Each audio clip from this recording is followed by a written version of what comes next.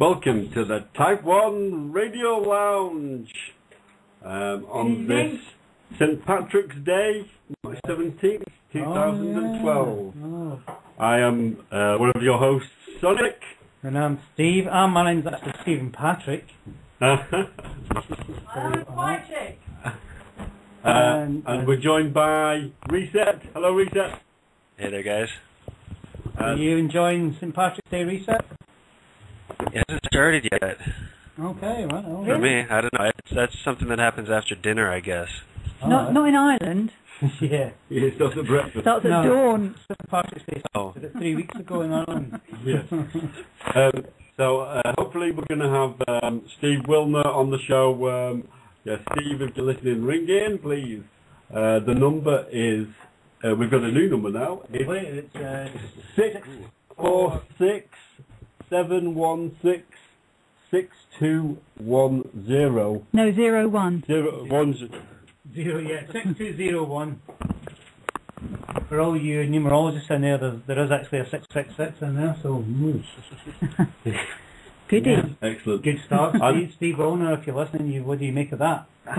And you can also head over to the Blog Talk page there, and you can use the Skype button to Skype in. There's some chats at friendshipagenda.com and the Type 1 Lounge.blogspot. And also here on the Skype, there's the Friendship Agenda chat. Just head on over there and join in. Excellent. Yep. Is the Skype chat up? Yeah, it's always up. Is it? Okay. Yeah, just someone needs to just post in it. Okay. So. Any news on who Freighter's got on his show tonight? Freighter has Max Egan and who else is on? What, live, not a repeat of that one? No, it's Max Egan and Wicked. Reset, who is it? I was just agreeing that, yeah, it's a new show of Viking. Yeah, it's and somebody else. Santos Fanachi? No. American? Yeah, I think so. How many letters? Yeah. It's a 9-letter word.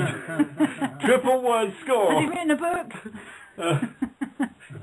Does he have that information posted anywhere on his site? Who's going to be on his show? I'm just trying to look for... Because we've got Max coming for a chat with us as well, haven't we? Yes, a week on Tuesday. Yeah. I sent him a little message the other day. So for him it's going to be like Wednesday morning. Right. It'll be Tuesday night for us. Yeah. Right. We're speaking to him from the future. Yep. Oh, it's Vinny Eastwood. No, he's speaking to us from the future. Yeah, so Vinny Max Egan Eastwood, and okay. Vinny Eastwood, so that's going to be an excellent show. Yeah, and Tippy D and Madness there. And Max will keep him in track, won't he? Yeah. Yeah, he doesn't stop yakking old Vinny Eastwood, does he? Well, are they both going to be... Sorry? Oh, so you guys are talking like Max and Vinny are both going to be on the show at the same time. Is that how it's going to go? Yeah, it looks like it, yeah. Oh, okay. No, actually that's Freighter's show, yeah. Yeah. Let's say hello to Jim420. Nice to see you in the chat room there, mate. Good to see you. And did you hear about Freighter's nightmare this week? No, yeah, that was quite... Out.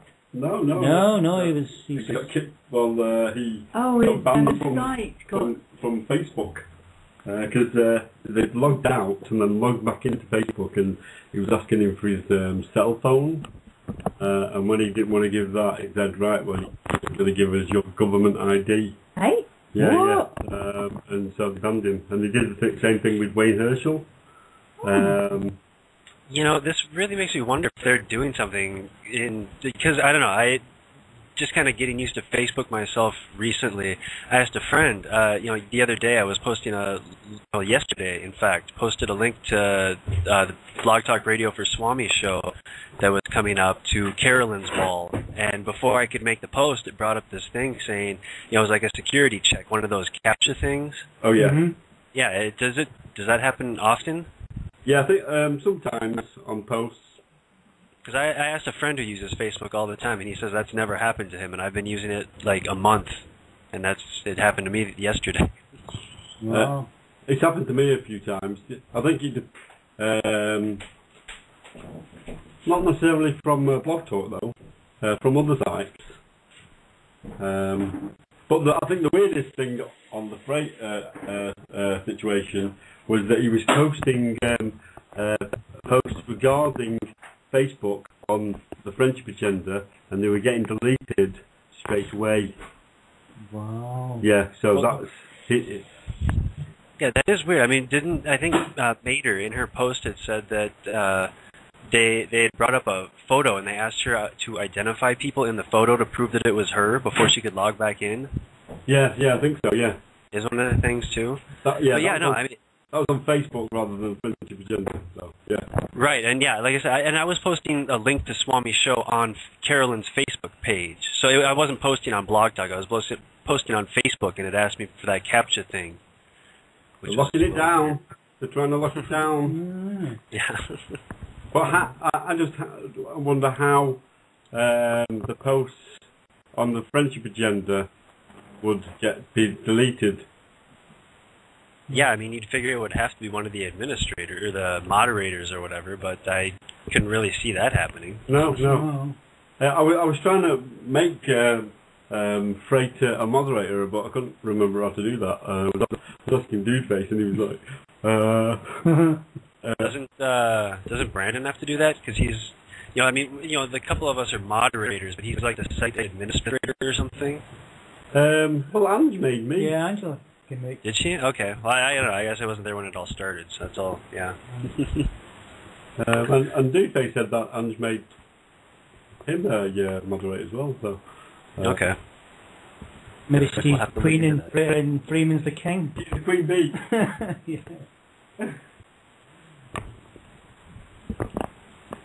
Yeah. So.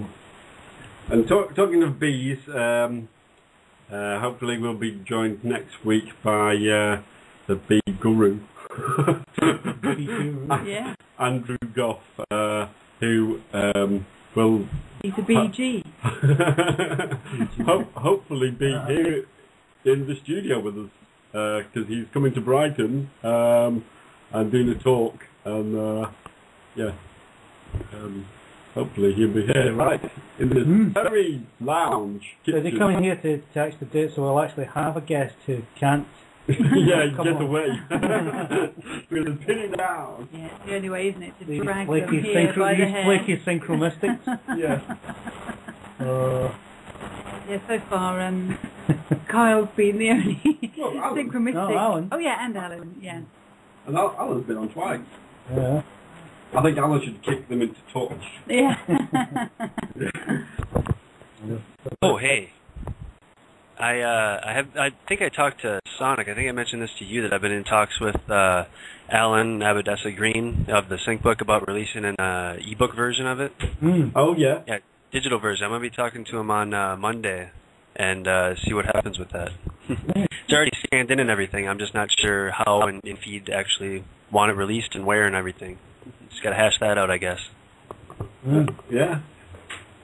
Excellent. Yeah, that's a great book. Very great book. Dig into it very often.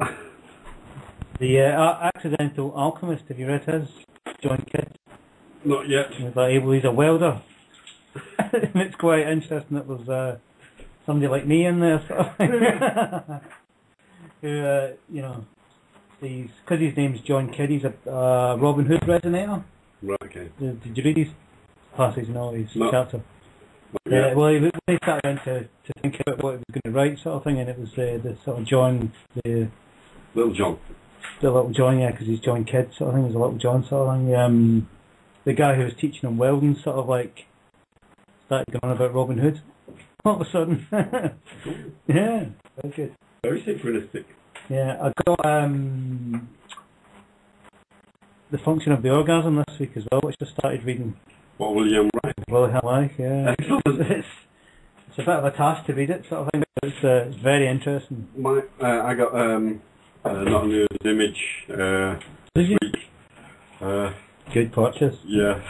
Have you finished Judy's book at last? No. Oh, he's still on the go I've with got it. 3 books on the go. Yeah. No, I've got 4. I've got 4. I've got Prometheus Rising and go, that's pretty. Yeah, that's amazing. That's amazing, isn't it? Did you do all the exercises after it? Did you? Yeah. Yeah. Did you find a quarter, no? What? Did you find a quarter? I think I've maybe found the 5p though. Right.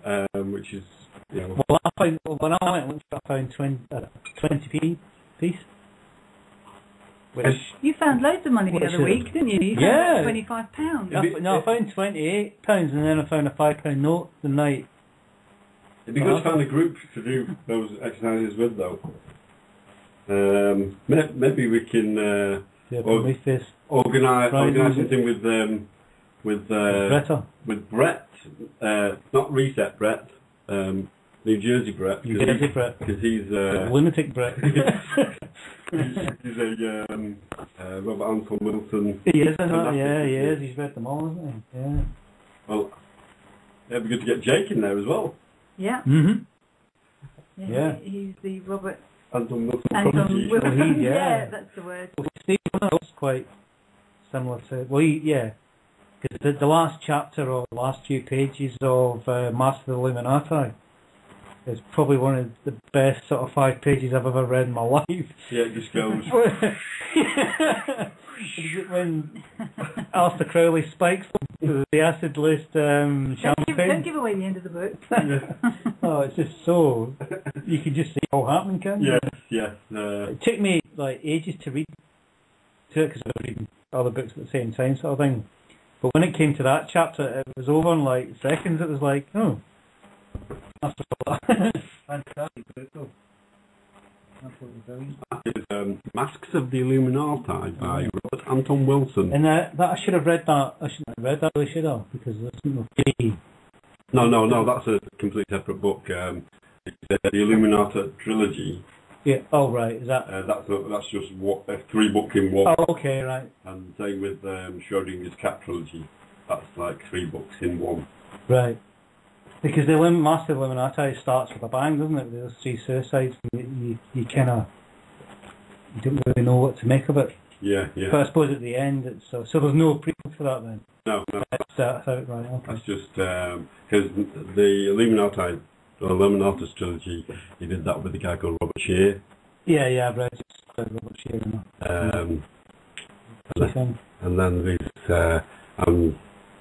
I started, but I didn't really get into much of it. The Widow's Son, which is sort of like an 18th century, 17th, 18th Well, we know what a widow's son is, don't we? Yeah, Freemason. Yeah, so it's all about that. It's all about the sort of the starting of the Freemasonry, but in a sort of novel. Mm-hmm. Because there's so it's all made up, the Master Illuminati, isn't it? It's a story, it's a yarn, isn't it? Yeah, I would imagine. Well, John Babbage and all that didn't hang out with Albert Einstein and James Joyce and get wasted every night, did they? Well, if they did, I bet they had a wicked time. No, well, they'd be... You wouldn't really want to join in that conversation in case you said something stupid. It'd be quite an interesting conversation. Maybe that's the premise that he went on, but what would happen if these two got together and had a... Well, that was the idea of God, I think. An interesting synchronicity, though. I was reading that sort of thing, and I went on Jake's the blog. Yeah. And they've got Beyonce and what's her name, the Latino babe. No. Jennifer Lopez. Sort of in a sketch in a diner saying, God, isn't that James Joyce book really hard to read? Finnegan's Cave, is it? Finnegan's Wake. Finnegan's Wake. Yeah, that is very hard to read. I've never even lifted it up. So I think I've got that on an album somewhere. An album? Yeah. What, somebody reading it? Yeah. What song? An old vinyl. Yeah. I used to have Goldilocks and the Three Bears or something like that, but it was a really long version of it because you had to flip it over to get the end sort of thing, you know. On a record. Yeah. I had that as well. Yeah. I used to love that. It's really ethereal, sort of otherworldly music. Seems quite strange to have to turn things over to Doesn't it? continue. I know. But, Even a tape. Yeah. I mean, you barely have to turn things on these days. Yeah. You just touch walk by it. them. You just touch it and it goes, Yeah. right. Yeah. Wow. Well, they're moving into thought technology now, aren't they? Just with the power of thought, you can Yeah, do yeah, things. well, that's how it is with disabled people, isn't it? There's eye movements and thought patterns, click on things on the screen. Yeah, well, the company I work for is currently rewiring a house for this kid to, completely Stephen Hawking's it from his wheelchair. Cool. He's got an iPad in his wheelchair, basically, and he's got one hand that works. And he's pyong into his house, and yeah. Wicked! Amazing. Done the bridge up and down and everything. Amazing. But iPads are actually quite useful, aren't they? They're quite a lot of things. Did you see Tesco's as well? Did you see that one? Yeah. Over here, Tesco supermarket. They Costco. Yeah. we love it. Welcome to Costco. We love you. They put a thing up on their website selling, pre-ordering the new iPad, which I think came out today over here. 4, isn't it? iPad 4. iPad 3. It's just the iPad. And Okay. and instead of the 300, 400 quid, 800 quid. It was the top one. it was for £49. And then That guy ordered loads of them, didn't he? Yeah, somebody ordered 400 of them.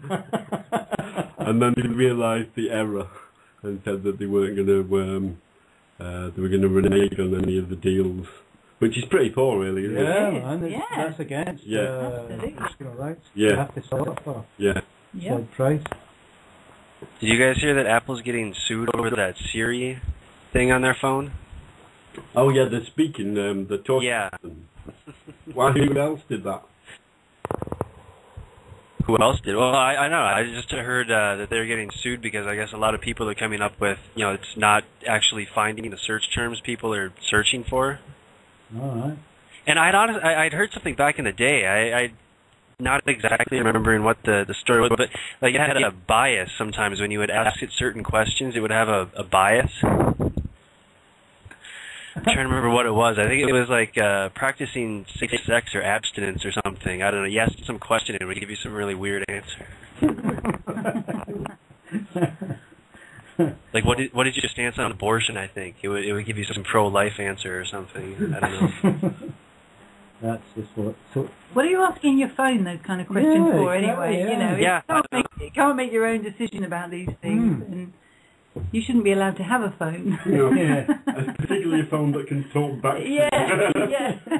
It's like a little hole in your pocket. have you ever watched the Andros Jones clips of the pilot for the Radio Football TV show? No. It's quite funny. Like a lot of these people are just standing up and you have to ask a question and he plays a random song for your answer. And some woman just stands up and says, "Am I with the right partner?" And Andros goes, "Well, let's find out." And it's like, hey, with a monkey. Yeah, we got to get him on. He's quote, isn't he? She's leaving home.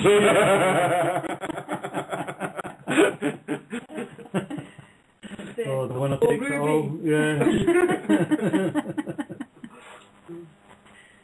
Do you have an early smoke break? Yeah, why not? What would you fancy? I loaded up some Pink Floyd and some Radiohead. Well, I didn't hear my little thing from last week, so maybe we could have that on. What little thing's that? The Beatles and Day in the Life. Day in the Life. Oh. We got to get some throat singing in here too at some point. Yes, because that is wicked. KLF sampled some of the stuff. What on here now? Yeah, on Chill Out. One of the throat songs. You want to hear some? Oh, you want to do one of those right now? Yeah, we can do it. Yeah. Hey. Okay. Loud. I'll do the one that has different styles of throat singing. So I think would be the good one to I went start to off the with. Hungarian choir that do all that. They were So this fantastic. is Shundi. Who's going to... Shudi. Shudi Psychonaunt, is it? Yep. Is Steve or is Reset going to do that? I'll do it now. Okay. Wow. Excellent. That was Throat amazing. singing there. Yeah. What's that called again? What's that? What's that called again? Shudi Kaijat Kumini Kaya Styles of throat singing. Yeah, each of those That's three easy things. music He just then. Yeah. No, each one. Sigyat, Kumi, and Kaigira are three different types of throat singing. Oh, okay. Oh, Performed by yeah, Shudi. Right, got you. Right. Yeah, I don't know. I first heard about that stuff when I was in college. We had a guy that I guess had gone to Tibet. This is from Tuva, which is Serbia. So it's a little bit different. But yeah, a white fella, I guess, from America had gone over there and learned how to do it, came back and stopped by college and did a little bit for us in the auditorium, and it was just a trip. Yeah. Yeah, I did a course, well, like That a was overtone chanting. overtone chanting sort of thing back in the 90s, which was quite good. A lady called Jill Puss, who's a renowned English performer of the dead old ones. What did you see? A Bulgarian female choir? I thought they were Hungarian. Hungarian, right? Maybe they were Bulgarian. I can't remember now. Well, the ones who Kate Bush But yeah, worked with were Bulgarian, weren't they? right. Or maybe it was Bulgarian. Same kind of overtonal singing, though. Yeah. It wasn't yeah. actually. It was different than that. Well, They were more kind of oh well. Banshee, yes. Kind of, yeah. Kind of Banshee, yeah. Mm. Don't know how to describe it really. Beautiful though, really beautiful. Mm. Kind of like really kind of singing from the heart, kind of singing, kind of wailing to the mountains. As type, opposed to singing from the throat. as opposed to the throat, yeah. Yeah, I uploaded one other song by this Shudi person. It's a Jaws harp solo. You guys have heard of a Jaws harp, right? Yeah, Jaws Hart, yeah. Yeah, I don't know. I think that's maybe the first time I've heard it played properly. Well, I mean, it's like just the Jaws harp and it's playing a song. I mean, anytime you ever hear it, it's just kind of boing. Yeah. Yeah, like No, I got some lessons to do it once. like in the Remember off theme, Eli? Yeah. in the theme, Yeah, that's it. Yeah. I'm breathing in and out quickly from the back of your throat. it always reminds me of the theme tune to Captain Caveman. Not Skippy. Not the what? Captain Caveman. Really? That one. Yeah, that one. Yeah, Yeah. Hanna-Barbera. See that? All I next can to remember myself. is him shouting Captain Is it Caveman. just happening, right? Yeah. Okay, yeah. I remember. Did he go twang, twang, twang, and then he just shouted out Captain Caveman? Again, Captain K. No, this is a tune. But yeah, it was like that was. Didn't care. And he sort of he looked like he got a bit of an electric shock, didn't he? And was like. I can remember hitting that's right, He had a Kundalini moment. Yeah, that was it, yeah. I can remember hitting my tooth once really badly with the twangy part. Oh. That hurt. I guess I must have been jumping up and down or something whilst Jaws harping. Which is not to be recommended, kids. No. So, if anybody wants to call in on this St. Patrick's Day, we're just chilling in the lounge. The number is 646-716-6201. We're still waiting for Steve. Yeah, come on, Steve. We're waiting for the Willner. He might be in St. Patrick. I was having, for the purpose of tonight, obviously I've been downloading a few of his stuff from Red Ice and listening to it. And he's always going on about Aquarius resonators and how the water and the Stargate and all that sort of thing. Mhm. And I found an interesting sync. And when you download his files from Red Ice, it's called S. Willner, which is Swillner, which is if you're in the swill, you're in the sea, aren't you? Yes. Hey. Swillner. Swillner. Swillner. La mer, yeah.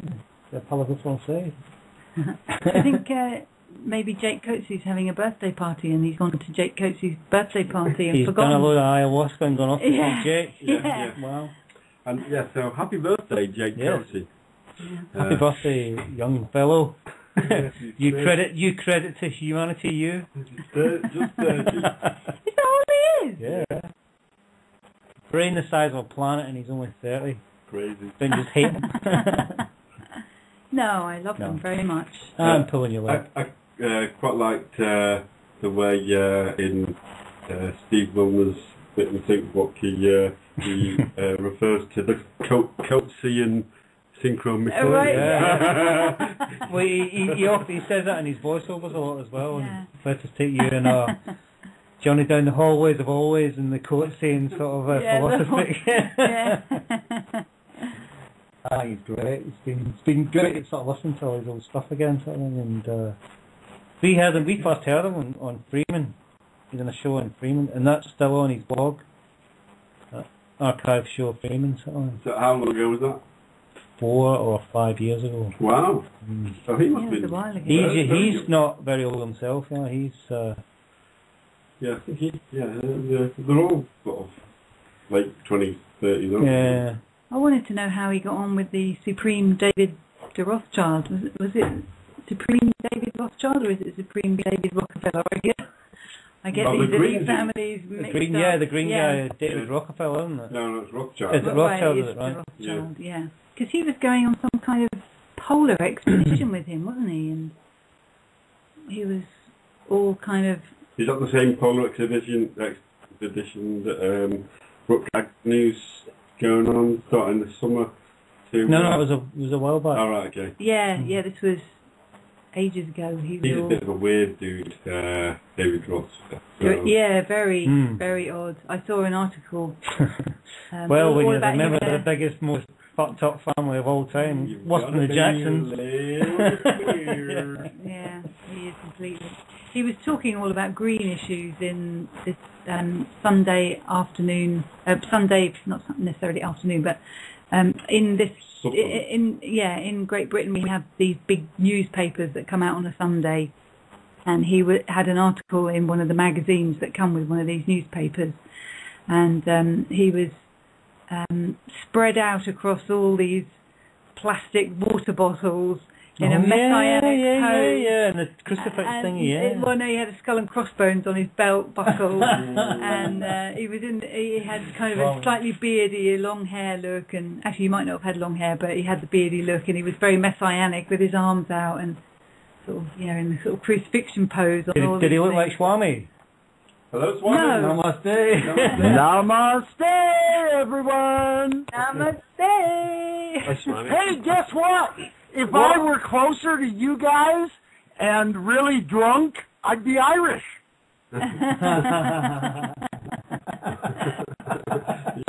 Yeah, I guess you would. Swami, yeah. That's profound. So, All those years of practice of... So are you really far away overwhelmed and there. still drunk?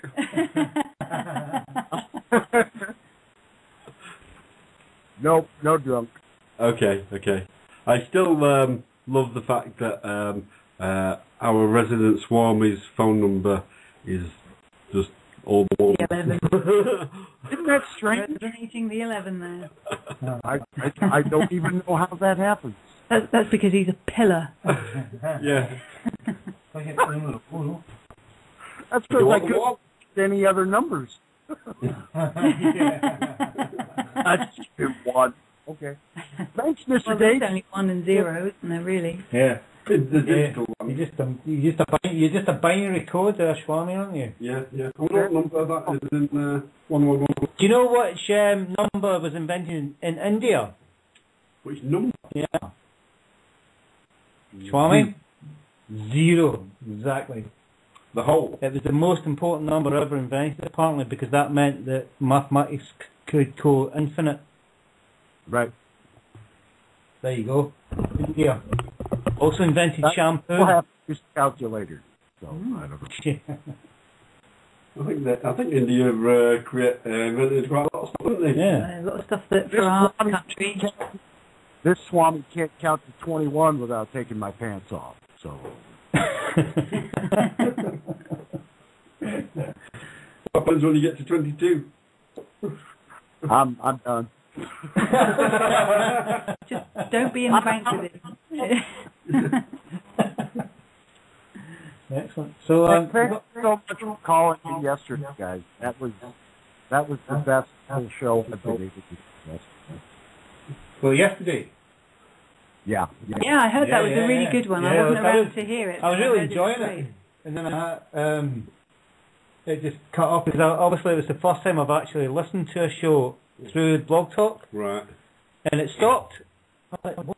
What? And it was because obviously the show ended and I hadn't Skyped in. And when I tried to Skype in, it just wanted to know my national security number and all the rest of it. You know, it was you had to you have to join Skype, don't you, and log in to be able to Skype into it. Do you? Mm-hmm. And so obviously, Reset brought me in, which was cool. I see there's lots of mature people on the chat room this evening. I hope, Rex, I hope you're not drinking before your important show, these Antipodeans. They'll rip you to shreds, mate. Yeah. You think you can drink, do you, mate? Yeah.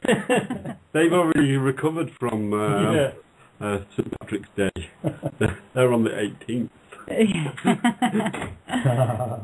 I can't see Max as being a big drinker though. I could see what's his name there, the other guy. Vinny. Well, Vinny Kiwi. So he probably can't handle it. Yeah. Vinny Eastwood? Yeah. Oh, you know he's a drunk. Yeah. Big. Not in a bad way, but you know he enjoys a libation every now and again. You know. Yeah. Oh yeah. I was never good at drinking. I mean, I tried a lot, but I just never got good at it. Yeah. You tried to be good at it, but you never. I tried really hard. You obviously haven't had the right teacher there. Yeah. When I come over here. The secret, Charlie, you don't have to try hard. Yeah. Just let it happen. Just do the mantra. Jimby. Jimby Cola. Ice glass. Beer cold. Beer. No, don't say mojitos. Not Steve. Oh no, it wasn't mojitos, was it? What was that? Jägermeister. I drank a load of Guinness a couple of years ago and then a load of Jägermeister. And that's 2 black alcohols. As in the colour black. And that's what the vomit was as well. Yeah, mojitos are wicked. Yeah, They are very you nice. get a good one mashed up with proper ice. Yeah. Proper lines and A good cigar and a Nice sunny afternoon. and a nice what's his name? Ernie Hemingway novel. yes. Mm-hmm. Like an Arnie thing. Maybe not that big. Yeah, well, any good cigar will do, I suppose. Oh. What's the parties do? John Jameson's. No. You driving? Yeah, I'm driving and just, yeah. You always whiskey. I just can't have any devil when Oh, have one, go on.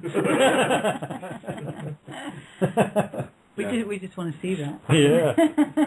That's what you're I have a doing. couple of, and then go, oh, I go like, I had a friend who Father did Jack.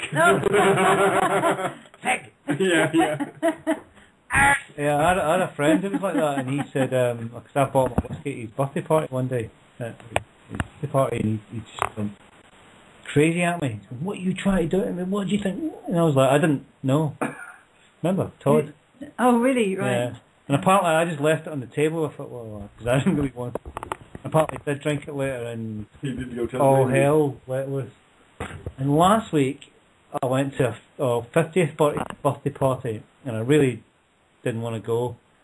but I promised the guy I'd go sort of thing, so I just dropped him off a CD, a bottle of wine and a birthday card, and I just left because I was on a double yellow line, and there was a big soccer match last week, and there was loads of cops round the centre of town, and I'd driven into the middle of the line sort of thing, and luckily I did, because his nephew got a fire hose out and just completely soaked him.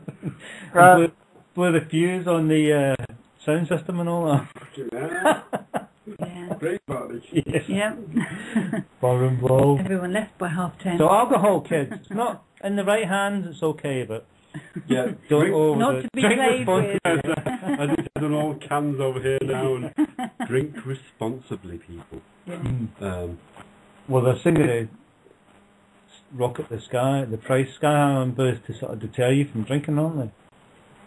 People will just start making moonshine. Do you know, I saw an interesting article somewhere about how in studies they've done that actually alcohol, I think actually it might have been something that Thomas Sheridan had up on his site. Remember Thomas Sheridan that was on a few weeks ago? Yeah.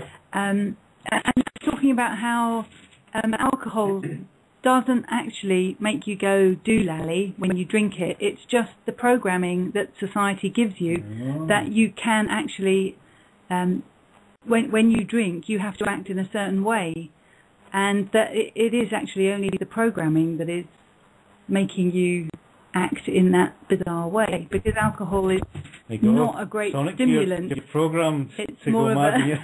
Is it certain drinks that spark certain programs?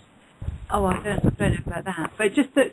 When something's a berry, but you're not doing anything on drink that isn't out of, that you wouldn't necessarily do if you drank, tea or coffee or something. But that you're given this. It makes me go like that. It gives you a green light to just, because of the programming that's kind of brought through society, and that's actually very true in this country. When you see a lot of kids drinking on alcopops and that, and they're kind of, it's almost like they act out the part of being drunken, naughty kids or something. They're drinking something that tastes like pop and doesn't taste like alcohol. Yeah.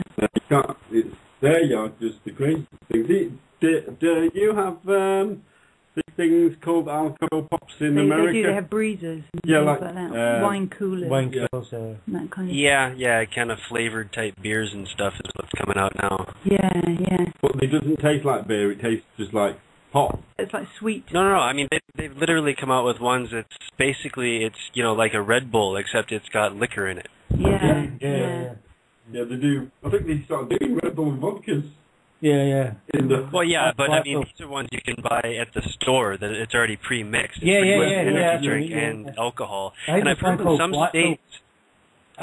some states, I think that they're actually having to outlaw that stuff now because the effects of the alcohol along with the caffeine is not good for your heart. No. I remember going on a bender just before I got diagnosed with type 1 diabetes. A couple of months before, we had a work due, and I went out in Eastbourne and I drank so many Red Bull and vodkas that just put my blood sugars up. Oh, God. I used to go... Never drunk Red Bull. I used to go Thursday nights to a little club that we used to go on the train, used to get for ourselves sort of thing, and have loads of Black Bulls, they were called. Vodka and Red Bull. Some guy, I think that had a heart attack or something. I'm not surprised, After drinking about 8 or something. Yeah, that much caffeine is... And taurine as well. Not good for you. Taurine? Yeah, that's what's in Red Bull. That's why it's called Bull, isn't it? Because it's got taurine. Oh, right, like Taurus. Yeah. Oh. What's Jim 420? What's Dragon Soup? Type it into the chat room. Oh, call in, man. Call in. He's shy. Jim's shy. I want to hear a fellow Yorkshireman. Is it some kind of Red Bull with, what was it called? A red?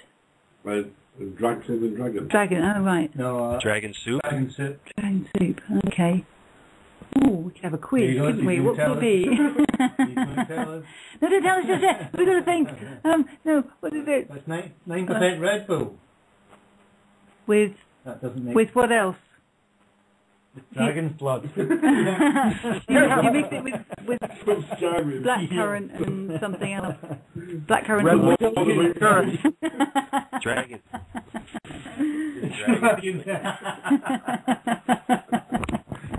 You get any dragons in Yorkshire then, Jim? Well, you fall over and they have to drag you home, that's why. Well, there's Charlton. He was a dragon. He was a Yorkshire dragon, wasn't he? Who? Charlton, from Charlton and the Wheelies. Oh, Hello, yeah. lady. Oh, that's right, you were a dragon, weren't you? Yeah. The little lady that lives up hill. Yeah. Oh, we're reverting to our childhood this evening, aren't we? Jim's just not making any sense whatsoever. Do you think you can hear us? Jim, say hello if you can hear us. Yes, he can hear us because he is responding in a Why don't we call him? in the right fashion. Hang on, he's going to... It doesn't make any sense. You'd sell it in that in UK 9%, 9% Red Bull, Dragon, 500 milliliter can. So maybe it's just, maybe it's just a Certainly not, Jim. Certainly not. Just trying to egg you along a bit in the chat room. Yeah. What's he put there? My taking the piss. They are, lads. Wow. Oh my God, Reset, you've written a book. Wow.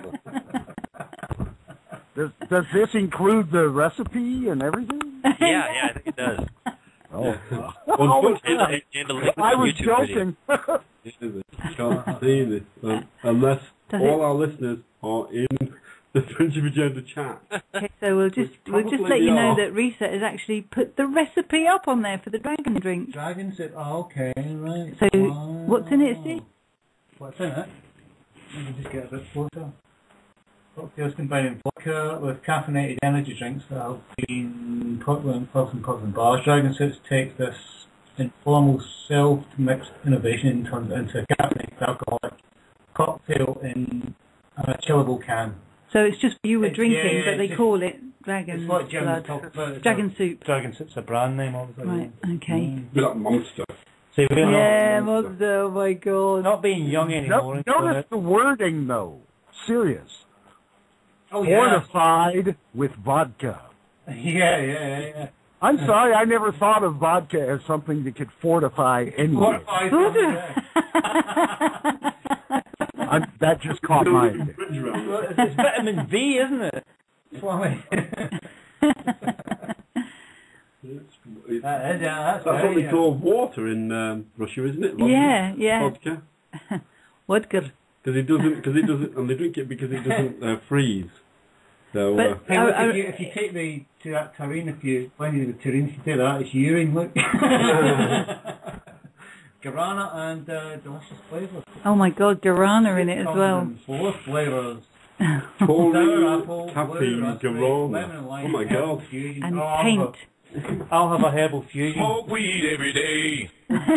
Yeah, I think I'd rather do that.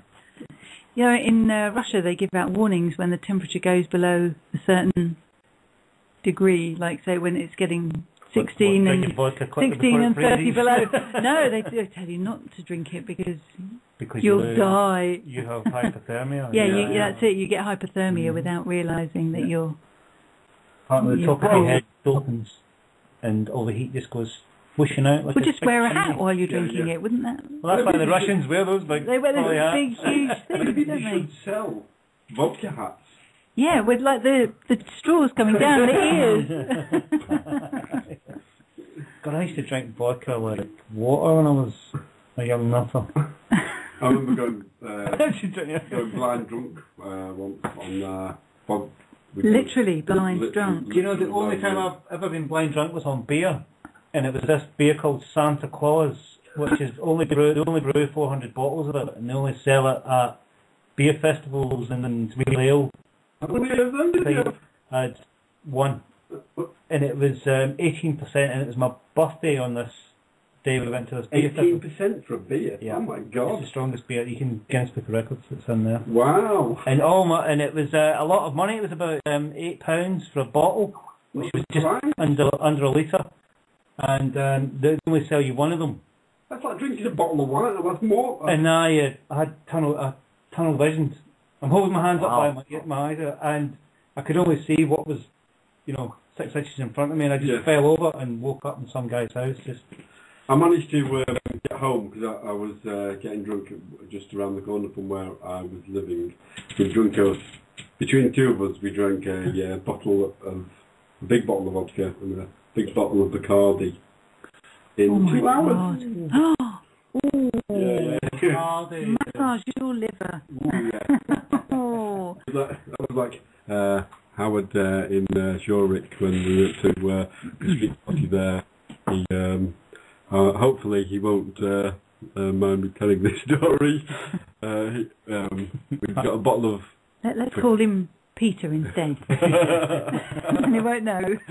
Instead of Howard? Yeah. Instead of Howard, we'll call him Mr. Murray. Back in the 80s, when I was in the U.S. Air Force at RAF Altenbury, I was a very big fan of a drink called Bezique. B-E-Z-I-Q-U-E. They don't have it in the U.S., but I loved it when I was over there. I don't know. Is that a shot, Swami? I'm a sissy, so I don't drink shots, so probably not. I was drinking it as a mixed drink, more than likely. But I just remember it had a really neat taste, and I think it was made by Bacardi, but it had like a lime taste to it. I don't remember. I just wondered if it still existed. Yeah, I think it does. It rings a bell. Physique. I haven't heard of that. Search it on the internet. Shall I? Yeah.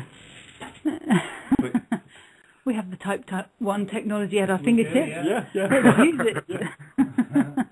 We have no more use of Traitors page, so we'll get rid of that. What was it called again, Swami? Bezique. B-I-Z-Z. No, B-E. Yeah. Z-E-E-K. Z-I-Q-U-E. I-Q-U-E. Oh, there we go. Oh, you can get you some low prices if you want on this. Oh, fucking deal. Physique cards, that was. Oh, Physique cards? Yeah. Wow. Yeah, you're right. Who remembers the drink from the late 80s? Well, Swami does. It made an impression. Yeah. Right before the sidewalk made an impression. Yeah. Once upon a time, I came out of a pub, and I had been DJing there, and I had only been in the country for, I don't know, a couple weeks, and I had just gotten a Toyota Celica, as they pronounced it there, and I was trying to impress these young ladies with my ignorance, and I walked out and got in the wrong side of the car. Being very American. Yeah. And that didn't impress them when I had to get out and get in the other side to drive away. Well, that looks like a really... That's classy. You like one? Nice. Got that sort of African... Yeah, very sophisticated. Yeah. The stripes, the old, what do you call it? Fever resonator? The black and white. Oh, it's because it's got lime in it, yeah. Ah. We're just looking at a picture of it on Images. Classic bottle. So tell us this story about someone who will just call Mr. Murray. All right, okay. Well, so we're in Zurich, and having spent a few days there, listening to the Dalai Lama speak, which is quite good. Then we realised that the weekend there's a big party going on, the street parade, which there's like about 1 million people. So Howard decides to get big bottle of Mr. Murray decides to get a big bottle of brandy and a 2-litre bottle of Coke. We drank half of the Coke and then he poured the brandy in the Coke bottle. Did you drink that Coke all at once? You didn't do a big burp like Elf, did you? Probably. And then Howard basically drank the whole 2 litre. He was quite poorly. Oh. Well, but in how long a time that taken? In I don't know, maybe 3 hours, maybe max 3 hours. And then I dragged him off to where the fairground was, and he got him sat on a wall, and he was sort of leaning against his post for a while. Keeping the post up. And, you didn't have to find... people going by going, is he okay? Yeah, he's fine, yeah. What do you reckon? And then when he finally woke up, it was going dark, and he had a big rainbow. So you didn't have to find a young Tibetan with kidneys that fitted him? No. He was all right. It wasn't that serious. We were stood near some Swiss people watching the parade, just passing the smoke round there. And Howard said, "Do you want a drink of this?" And he was like, "What? Coke?" And he's like, "No, I got brandy." And he took one drink and went, "You're drinking that?" Oh my That's God! Crazy. I've seen quite a funny one once at a party in Scotland. There was this biker dude there, and he had a litre bottle. That's 2 pints, yeah, for our American friends, of Southern Comfort. And he got he betted the whole party so that everybody threw in a couple of pounds each sort of thing, and it ended up to be about £50, which back in the late 70s, early 80s was quite a lot sort of thing. And he basically drank this litre bottle in one go. Oh my God. And held it down for about 5 seconds, and then it was like, remember Stand By Me? Yeah. When they burst it. And it was just projectile everywhere. It was awful. It was just horrible. But funny. So, made quite an impression on me when I was quite a young lad. What, a good impression or a bad impression?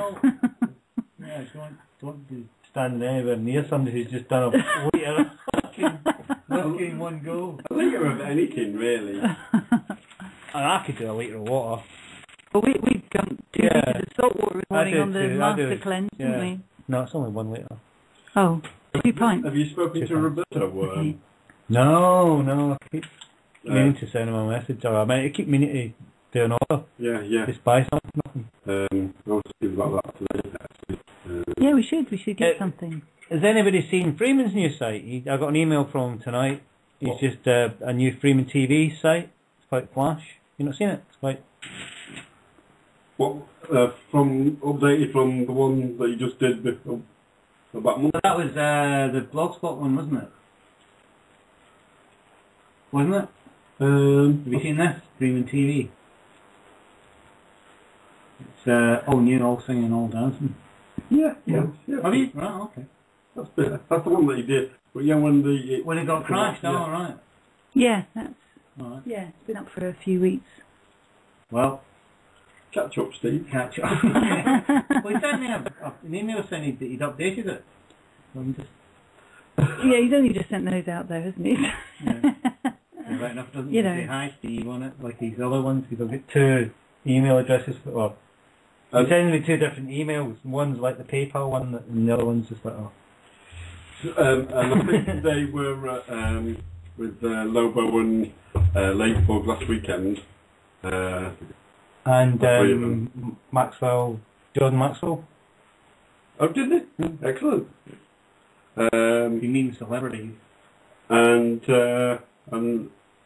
Lobo and Ladybug moving to the ranch. Yeah. sounds good. That sounds amazing. When are they moving then? The 26th. Well, Oh, so soon. Yeah. it's just down the hill, isn't it? Yeah.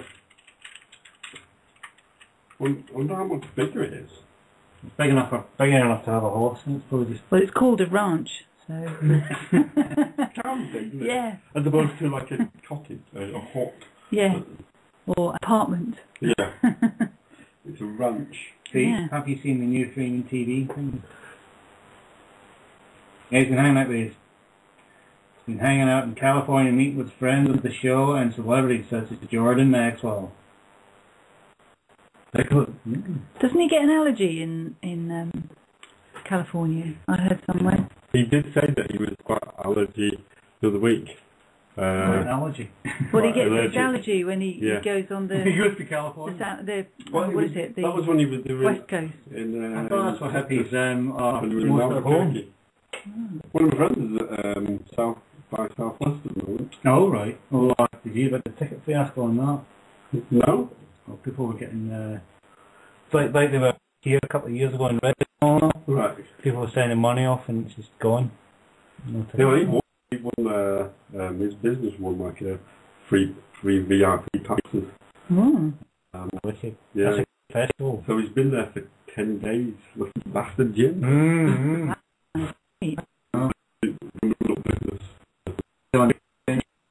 He does websites. Right. So, something for all. Yeah. He's doing anti-symbolism. Oh, yeah. What's the code? By Southwest. Oh, that's it. Yeah. Oh. Yeah. We posted some pictures and I was like, what?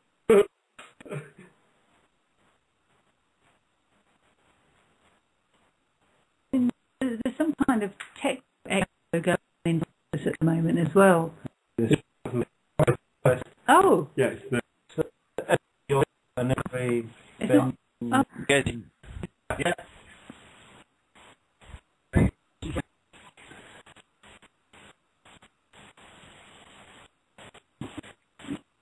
Oh.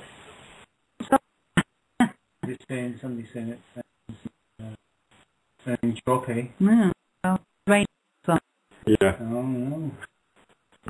Yeah, I've never heard of any of these bands. That's because just No, catchy Japan. This you know, it's like it's like it's a new band thing, isn't it?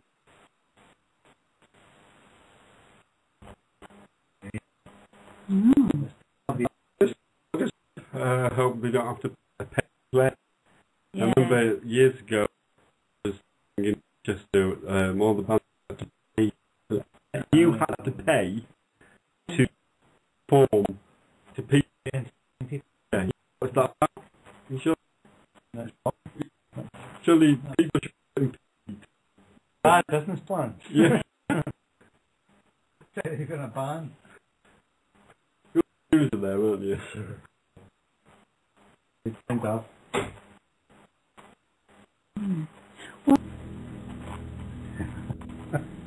The 14th, we could possibly reschedule it to. That was the Beatles, A Day in Life, classic Beatles there. I have just had a message from Mr. Willner. Unfortunately, poor guy's got pneumonia. Yeah. So, What's with all the guests been getting sick lately? Yeah, it's not...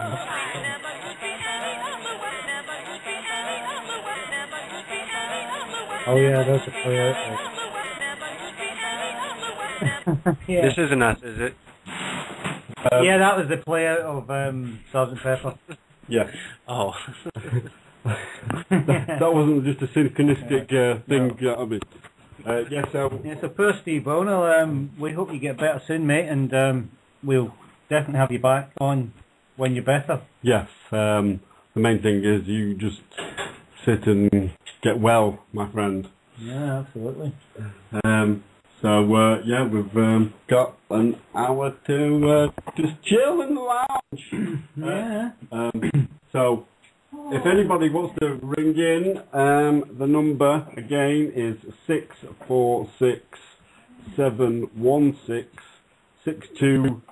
646-716-6201, or Skype in. It's just us in the lounge. More dragon soup, anyone? What? More dragon soup, anyone? Yeah. Yeah, we might as well get the dragon soup out and... But Never mind. yeah, so shame about Steve, but you get better, mate. Yes, absolutely.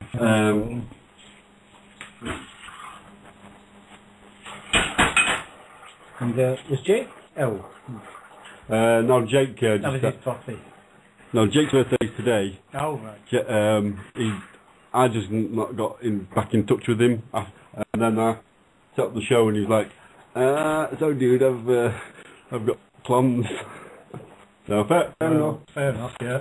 Um, If you got plans, you got plans. Sure, he's a busy guy. So is there any more Solar Flare news, Reset? Oh, did you see the thing that Andrew posted about the? I think Reset posted this maybe on the Friendship agenda about that sort of sphere that looked like it was being attached, like umbilical cord to the sun. Really? Yeah. Yeah, you had actually thrown that my way, and then I went onto space.com and just found the article and posted it. But yeah,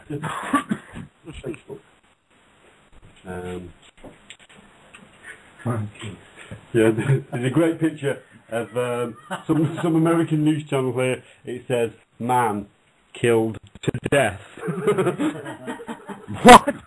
You don't really get much more killed than that, do you? All the way to dead? Oh my God. All the way to death. Yeah. There is no coming back. Do you want to see it, Sean? Oh. Well, that sounds like something my father would have said. I will kill you to death. Yeah. Angry. Ruby Johnson? Yeah. Yeah, I think the sun's been... If he's taking my way there, It does look like it. Did it my way? So, see this here? Oh yeah. Oh my goodness.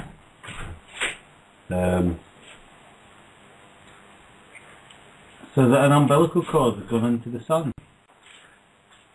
Oh my goodness, look at that. So, Steve is now watching the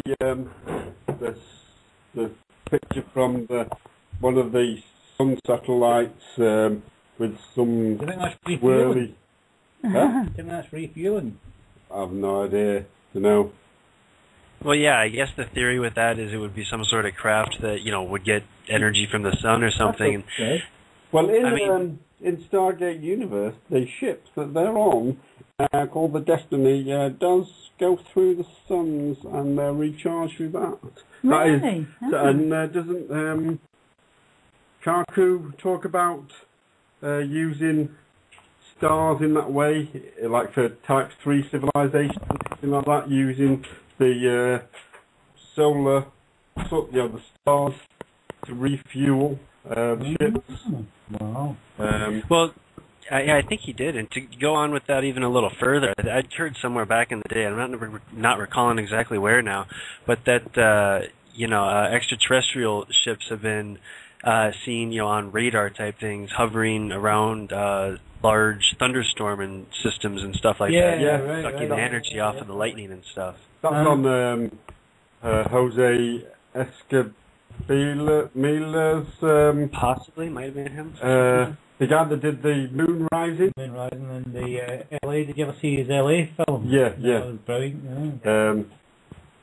That's Yeah. amazing, that bit of footage, though, isn't I'd it? quite like to get him on the show. He's quite an interesting dude. Yeah. And there's also another one on here. If we get out of here. That I put up there. We're watching videos on the radio again, guys. So it's Yeah, let's stop that. we should stop that immediately. I think, yeah. So have you what happened last night then? We sat in your house when your internet went down. That used to happen from time to time. I don't know. We had a Comcast guy come in here not too long ago and rewire things. He said that every Comcast person that had come here had told us the wrong thing about our connection. Like things were hooked up wrong and our connection was always dropping. But the guy came by and fixed it a couple months ago, and it hadn't happened since, like I said, a couple months ago. But all of a sudden yesterday, for whatever reason, internet connection just totally dropped out for a couple minutes until I went and reset the thing. What Comcast is your company that does your internet on? Yeah. It's one of those services that kind of is bundled these days. Yeah. You get our TV, internet, and phone, I think. Phone, yeah, exactly, yeah. Yeah, we have Virgin over here. Yeah, and I guess, I don't know how much that actually affected the show. Since I was logged in as host, I don't know if that means BTR went down or what happened. I haven't listened to the archive episode. Silence for about 5 minutes, I think. Okay. Yeah. Swami sort of came back on. He mentions up in the because I was going to type in something, but it came on just as I got to it, so I didn't bother. Yeah, that was a really good show last night. It's really enjoyable just sort of listening to. That's the best type. Yeah, exactly. I was just doing just doing a bunch of things just around the desk area, and had the show on. It was nice. Fantastic. Excellent. Well, your audio is good now. It was getting all choppy right before the break. Oh, you know what? I had but it sounds fine now. What, tonight? Yeah, right now it sounds fine. Oh, right. Because people were complaining that I was feeding back last night, and I did actually have the microphone right next to the speaker. Which is oh yeah, I heard the archive. Yeah, it was a little bit, but not enough that anyone didn't understand what was being said. So. Yeah, that was great. It was funny that a bunch of people downloaded it immediately as well. Did you notice that? I don't the numbers. I have to talk to you guys in order to find out what the numbers are like. So pretty good. Better than the lounge sometimes. Although we do get a lot of people download it when they see a sort of famous name on, like Jake Coetzee or Steve Willner sort of thing. But only to be disappointed. Yeah, we do apologise for the lack of Steve Willner, but he's very ill. And very Jake sad, as well, the Jake show. Absolutely. Yeah. But next week, Andrew Goff will actually be. Yeah, that's going to be a good one. Yeah. Well, I won't be here, but I look forward to hearing that one. Yeah, I'm sure he'll be great. Yeah, it will be. It's funny because of the sort of stuff I've been listening to. Obviously, Jake and Steve's sort of podcast I've been listening to for the last couple of weeks. They're very obsessive about hexagons, aren't they? And the structures of them, and Steve Willner actually says that the pyramids are actually hexagons. They're not, when they're viewed from above, sort of thing. The way they're placed out in Giza. Right. And Andrew's Goff's thing is about the hexagon and the bees, isn't it? And the pharaoh's been called the beekeepers. Yeah, and that would maybe link to the definitely Saturn death cult. Because Saturn's pole, that's hexagon shape, isn't it? It's exactly, yeah. Isn't Sirius as well? Sirius, the dog star, doesn't that go on a hexagon sort of plot around the sky? No, I think that's Venus. Venus does the stars. She does the pentagon. Yeah. I was muted there. Yeah, it's Venus. Its orbit around Earth is in the shape of pentagram. A pentagram. Oh yeah, its shape is in a pentagram, not a hexagram. Yeah, pentagram. Yeah.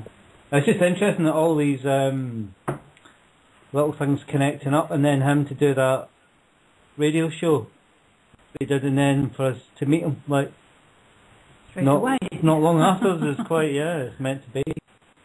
What do we talk? Andrew Goff. Andrew Goff. Oh, next week. Yeah, for next week. Yeah. But Jake and Steve go on a lot about it. Oh, right. Skirting around and not actually saying it, but mentioning the hexagon for the honeycombs and Jake Coetzee actually does mention, and he's written a couple of Red Ice things about bees. Right.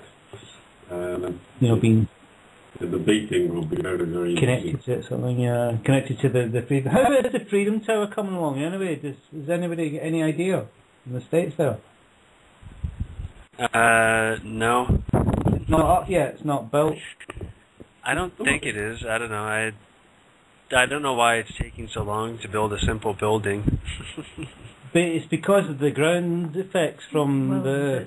There'll be reactions going on there. Yeah. Imagine if the static field's still going on there and... Well, they had to take down Bankers Trust again, didn't they, after rebuilding it? Because it was getting rolling. Well, because there was a mould infestation. No, there was a mould infestation. Well, there was something... There was a fire, wasn't there? And then they mended it after the fire, and then there was some kind of mould infestation happened. And when they were taking it, they didn't demolish it, as in a controlled demolition style. No thermite? No, which you wouldn't use for a demolition anyway. They just took it apart a bit like a Lego thing, and they found that there was this rusting of the things in there as if they'd been under the sea for 100 years. Oh yeah, and they'd only just been built a few months ago. I was watching this interesting thing on YouTube where this guy. It's a medical student called Abraham. He had been into the 9/11 thing, and then discovered Judy's work, and then started asking Richard Gage. Yeah. Yeah. He emailed him a question. 9/11. Scholars for 9/11 Truth, and they banned him from the site. And which is what they did with Andrew as well. When he started. And so Richard had come to his college or something like that, and so in the question and answer session, he was saying, all very interesting stuff, but can you? Why aren't you looking at this? Why did you ban me from the site when I just emailed you a question about why don't you why don't you present this sort of information? Yeah. And he was like, well, there's quite a lot of other stuff, and we've got more evidence to suggest that what we're saying is more likely. He's like, well, Judy only does evidence, she doesn't do theory. Yeah, it's not theory, it's only evidence. She doesn't come up with a conclusion or a theory at the end of it. She just shows the evidence. Yeah.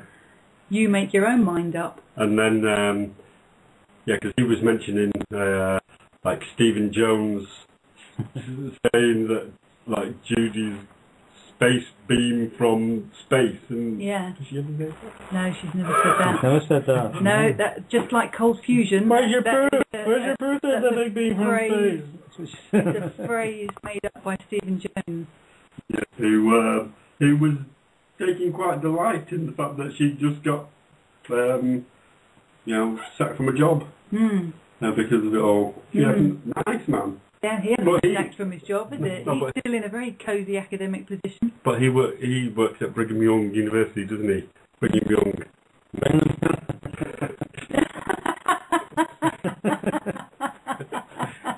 Or is it Bingham Young? Whatever shape, they're young. but the guy, Bingham Young, he was he started either the Mormons or the Jehovah's Witnesses or something like that. He was proper not Brigham Young was a Mormon. That's the one. Yeah. Mormon. Yeah. He didn't start Mormonism, did he? No, he didn't start it, but he was a big player who was very powerful and influential. Yeah. Because the guy that started the Mormons was the guy from the... Was he Russell? Joseph Smith? well, Wasn't that the guy that started well, it was somebody who was down on the... he was in the Golden Dawn sort of set, wasn't he, with Parsons and Crowley and all that lot sort of thing. Along with Hubbard. Have you been doing that since then? L. Ron Hubbard.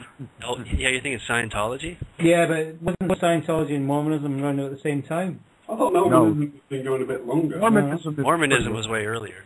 Okay, right. It's over 100 years old. Okay. Wow. That's going back to in your history, isn't it? 100 years. As I know, Mormonism doesn't have any alien god involved, so... There's a pub around the corner from where I work, and that's 1,000 years old. Yeah, Scientology has Emu, which is an alien life form god of some sort that they don't tell the public about. So. That's the Scientologists. Or the Mormons. Yeah. Scientology. About the fetus. What they call the fetus? The Mormons just wear some kind of magic underwear.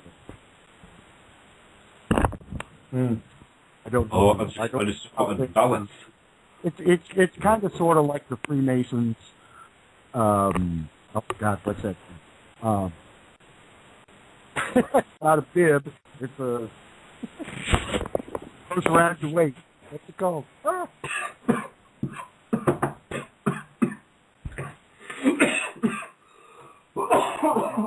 Yeah, I was going to say, Frater's telling us in the chat room that Hubbard was in OTO with Jack Parsons. Yeah. So about my coughing there, Hubbard was OTO. drank tea the wrong way round. Thank you, Fraser. I'll rely on you for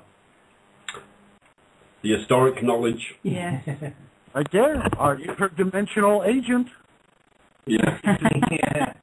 He's been announced as such by a former white hat who's now, I came across that this morning and I was like, what? Okay. I know, yeah, I just read that. That was very odd. What? The Frater's been... Frater didn't even know about it. I told him about it just a little while ago, and he's like, what? Yeah. And I was like, yeah, cool, check this out. Is white hat? He's an interdimensional agent, according to White Hat blog. Are we all not interdimensional agents? Yeah. Who's that? George George Norrie. Yes, don't be scared.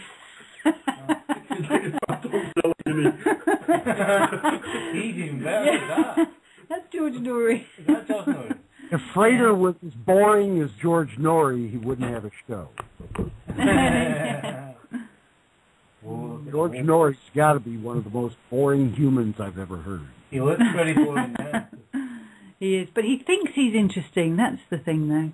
Well, good for him, but, Art was the man. Art Bell was the man. He's the one who made us all sit and go, wow, doing a radio show at home in my underwear? How cool. Yeah. Have you been counting to 22 again there?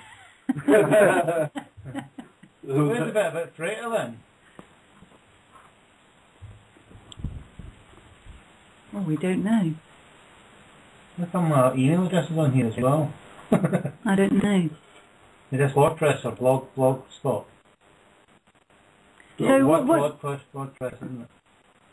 WordPress. Former whitehat.wordpress.com. Yeah, I got it, yeah. So is that saying that George Norrie was a white hat? And he's now a Liberal. George Norrie is on the other side. He's played there. You can tell. He sucks. He's a terrible host. Yeah, the white hat's a good, yeah. He's not interested in his guests ever. He's just a good right. That's like Alex Jones, though. Alex had the guy that wrote Dr. Mary's Monkey on this week. All about Judas Baker. And, oh, really? And, okay. Because Dr.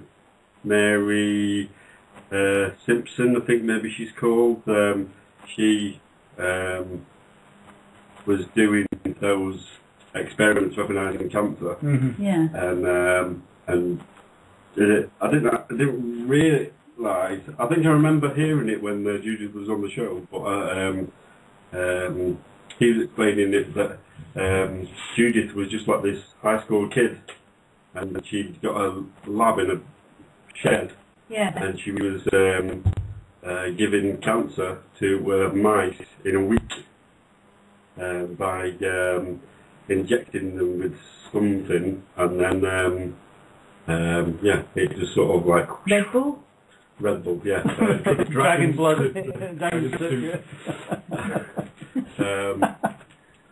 In a week. But I think they were doing. It was something extracted from these monkeys that they were, and I think they were using the monkeys as cultures to grow these viruses, these viruses. Yeah, that's what. What's his name? That doctor, not doctor. He was the dentist guy that talks about the weaponization of the AIDS virus and the H1N1 being a weaponized. Was he Dr. That's talking about Len Horowitz, are you? Len Horowitz. Yeah. He talks about the rhesus monkey experiments and how they were doing experiments on them to develop the AIDS vaccine. Yeah. So probably a similar thing. I think I might, once I've read all the books that I've already purchased, I think I might get a copy of Dr. Mary's Monkey. That sounds quite horrific, but quite interesting. Yeah, I've tried to lighten my reading load. I know, it's crazy, isn't it? We've all got about half a dozen books on the go. Yeah. Yeah. I've got these little markers. Have you seen the little markers? They're cool. I saw those the other week, and I thought he's quite organised. Yeah, I bought them as a Christmas present for somebody else, actually. And he's snaffled them. Yeah, I've just bought a copy of Valis, Yes. which I'm looking forward to reading. Have you not read it yet? I just bought it. All right. I've never read any Philip K. Dick, so that's my entry. That's his last novel as well, isn't it? Yeah, I think so. He's the last one before he died. Is that right, Freya? Want to type it up? When you read it, just think about the Black Knight Satellite. Well, I've been thinking about the Black Knight Satellite. I'm talking to you. It's been talking to me. I think it might be. About Is it? about this. Have you seen the Ridley Scott's new film? Oh, Prometheus. Prometheus, yeah. That looks quite interesting. Looks very interesting. There's stuff in that. Someone, I think either Steve or Jake had done something about the synchronicity between some of those films, some of the people in them, Right. recently.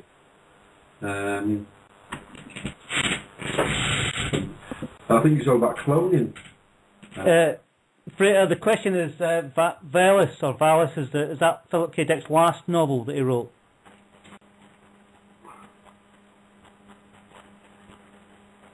This is the Type 1 typing machine. Yeah. And the world pauses. As Yeah. answer. For freighter to type. It'd be easy just to call in, mate. Now wait till Freighter types in, Steve, can you repeat that in American? Yeah, we just did. You probably could have looked it up in a search engine yourself in this time. Yeah, because that's what freighters do. No, he's a world authority on Philip K. Dick. I'll have you know. Yeah, he does. He often quotes Yeah, man. But I bought Paycheck, but I mistakenly watched the film with Ben Affleck in it before they put me off the book. Always a That mistake to can watch happen. films with Ben Affleck.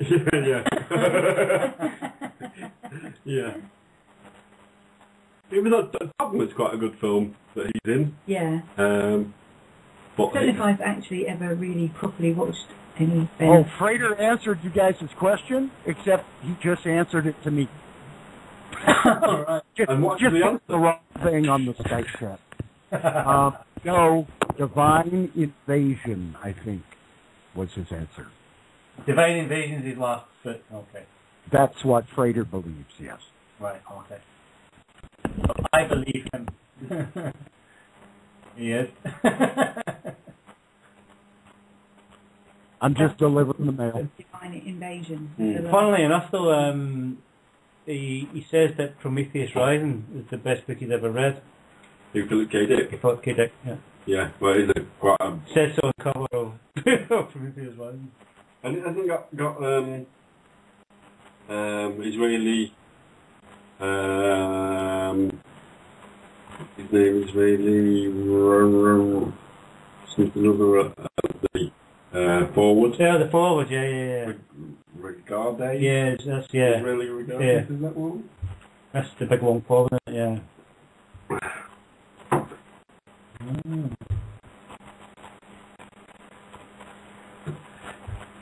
It's curious. Great radio. How do you pronounce that? Type 1. Yeah. It's a type 1 space. Yeah. We're going into a meditative space. Yeah, I think we just, we know what we're going to say before we say it, so we just don't bother. Yeah, we've all gone past the type 1 for all on telepathy. Yeah. Radio 3 Apple Moon. That does sound familiar, yeah. Like Radio Free Humanity then, yeah. Is it the last ever Radio Free Humanity show tonight? Tonight is the swan song of Radio The Free swan Humanity. song, the And final one. Then what happens? Becomes the middle chamber. Yeah, which we're on. We're going to be on the middle chamber on the 21st of April. Should we do a Steve Willner not turn up? Do you know what? Four and more. I'm not going to be able to be around, unfortunately. No. Well, your family's coming over. No, I'm on a work shift that All right. night. So. No. 28th we're on. 28th. Oh, 28th. Let me check Yeah. that date. He said the 21st. We just said the 28th now. Make up your bloody mind, man. Oh, that's all right for me. Yay! So you have the full Yeah, the full crew. lounge. Yeah. Will be. But I'm going to do it from my house that night, morning. That morning, 'Cause yeah. it's going to be 4 in the morning. Is it with the time shift Is it going to as well be that's coming 3 in the up? morning? No, because we're going back to... We're leaping forward. We're springing going, forward. we're going. Catch up with them. We're going to catch up. Oh, there. That time. Okay. So we're still. Oh no, the 21st, that's right. Oh. Yeah, get with the program. I won't be on then. I was there, I wasn't. So what day exactly does the daylight savings time come into play for you guys? When do you guys catch up, so to speak? We don't have daylight saving time. We go from Greenwich Mean Time to British Summer Time. Okay, when do you guys get to summertime then? Next week. Next Saturday morning at 2 o'clock, it then becomes 1 o'clock. Yeah. Okay, so next week everything ought to be straightened out then. No, I'm not. 2 weeks today. Because this time next week will still be in winter. Yeah. All right. It won't even out till the Sunday. Yeah. Yeah. By which time the show will have already been recorded next. Again, I ask everyone. Again, I ask everyone. What's the sun comes up, the sun goes down. Why all this different nonsense? I don't get it. Was it Benjamin Franklin? Who did that one? According to our historical friend, Mr. X. Did he do that over here as well then? Yes. Yeah, bloody Americans. Yeah. Did he create the World Series? Yeah. Is it World Saving Time? See, and we've got places in America, like the state of Arizona, never changes time. Really? What, so it's just one time all the time? It's just like... The sun goes up. 5 o'clock Sun all goes the time. That's why Jay's going to invent his time machine now. To get out of his time zone. Speaking of which, old Free Energy Jay, hope you're well, sir, and is he back at home yet? Keeping in good health. I have All no your idea. ventricles are working. And Yeah. All the love goes out to the J. Meister, absolutely. Oh, and Frater reminded us Indiana is that way too. Arizona and Indiana. Never change time. They always Is that stay. 'cause they're right in the middle? Indiana is in the middle, yeah, right next to me. And Arizona's out west, yeah. So it must be gnarly. Because France, they changed their time as well, didn't they? Yeah. Yeah, Central European time. Yeah. CET, Central European time. Yeah. Yeah, because there was a debate that we were going to change to European time, weren't we? So we'd have a later, nights and things. So it'd be wicked that, wouldn't it? It'd be like 12 o'clock before it gets dark. Well, it's like that in Scotland anyway. Yeah. It doesn't get dark in In the Scotland summertime. in summer. Yeah. On solstice, it's, midnight is sort of twinkly twilight. It's very odd. Yeah. Really odd. That was very disorientating the first time. Yeah. I didn't realise that was happening. Yeah. We were just outside drinking and talking, and then it was time to go. And of course, because the pubs and things stay open later there, they did at that time. Yes, yeah.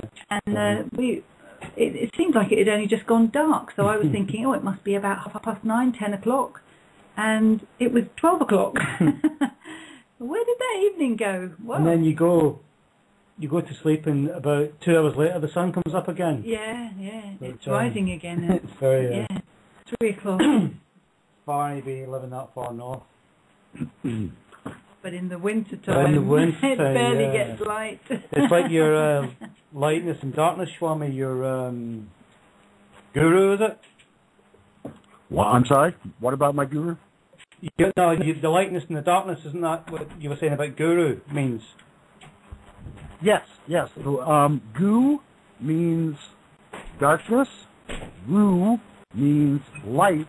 Combined, they refer to the light that eliminates the darkness. And in the way of enlightenment and all that stuff, this darkness we speak of is ignorance, which is not a bad thing. It's just a lack of knowledge. So the knowledge is carried by the light, and where the light is, the knowledge also is. So this is what guru actually refers to when you break it down by what the word means, instead of what people think about it. People think, yeah. And the darkness is obscuring the light, isn't it? It's the correct. Is obscuring. There's a veil over your awareness of everything else, and it being part of you as well. But in a way, also. When they say that Shiva is the destroyer in the Brahma, Vishnu, and Shiva triumvirate of Hindu gods, it's not really, it's not, the only thing being destroyed is ignorance.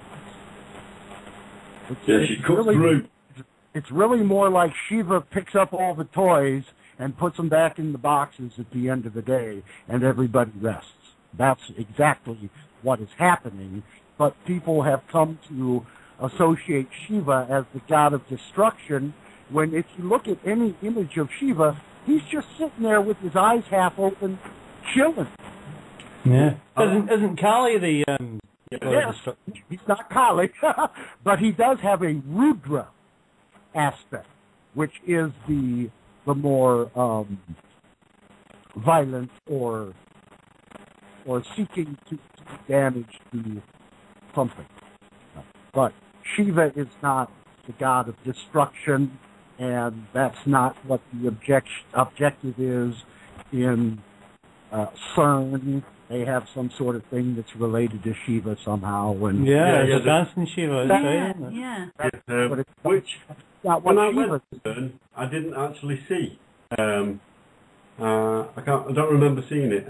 I'll have to have a look at the pictures to see if we've got pictures of that. Because I looked to see when that was put up at CERN, and it was before we went there. It was 2004, 2003 that it was put up there. We went in 2005. It is quite a big site though. Is there any news from CERN of because remember they did that press thing a couple of apparently 2 months ago. They found out in Boston.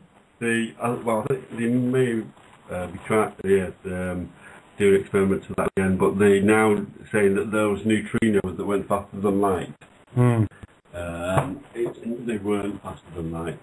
It apparently was just dodgy cables make things go faster than they're supposed to go.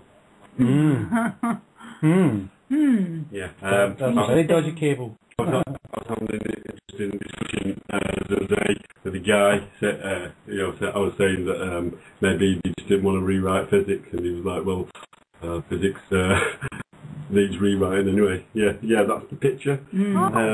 Okay. See okay. What Reset just gave us for those of you without playing cards at home, he put up the Shiva statue, which is at the CERN facility. And what this is the Shiva as Nataraja, which does the cosmic dance, which brings everything into movement and light. So that, in a way, interprets the Higgs boson particle, which causes creation and I mean, I can see what they're referring to, but it's not about destruction. I know that. That's one thing people get wrong all the time when they don't know about, what Shiva is really about. But here, it's Shiva doing the cosmic dance, which brings the entire universe to life. Yes. We were talking just then about light and shade, and you need light and shade, or the shade that is created when light is shining on something is what gives us the dimensions and gives us an idea of perspective on things. The duality. Yeah. But that's what it creates, which then supports the existence of opposites. Yeah. Whereas in truth, there is no opposite to one. Yeah. And the light describes in what's what we were talking about there, that the darkness veiling the light is a different type of light, though. It's a clear light. It's like clear light bliss. Which yes, it's not necessarily a white light. No. It's, which overcomes all shadows. Yeah. And makes things very difficult to discern shape or manner or form. Because it's all one. Yeah. Right. And I can tell you that the direct experience of light that people have within themselves when they get deeply into meditation in that is a clear light. It's not colored, it's not white, but it is clearly exposing everything. And that's what it's about, is the perception, not the color. You get a lot of these knucklehead New Agers, everything's got to be the highest vibration, and it's got to be white light, and they're just ignorant. They're stupid. They can't help it. They got taught bad stuff. Yeah, but they got a cool bracelet, and it's only like $30 a month. Everything's got to be the highest vibration. Oh. It's got to be. That's me. I just. What happened there? I brought Retta in and she had the show on. All right.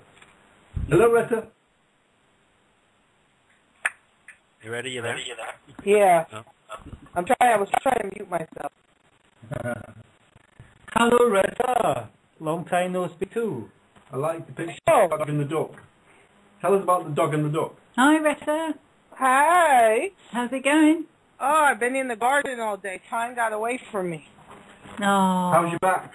Oh, my God. I feel like I'm an 80-year-old woman right now. Oh, no. I think I did too much, but how's everybody going? How's everybody doing today? What's the show about? Yeah, we're good. We're just chilling out, really. We were supposed to have a guest on called Steve Willner, who is one of the Think Book authors, but unfortunately he's not well too. He's got pneumonia. yeah, he's got pneumonia. So we're just wishing him well. Crazy. This weather will give it to you. 1 minute it's hot, 1 minute it's cold. Yeah. This weather's been very strange. Yeah. He needs some nice cayenne pepper soup there, I think. Yeah, me and Reese has been talking about it for months. Here in New York, we got no snow. Maybe the whole winter we might have had 1 inch of snow.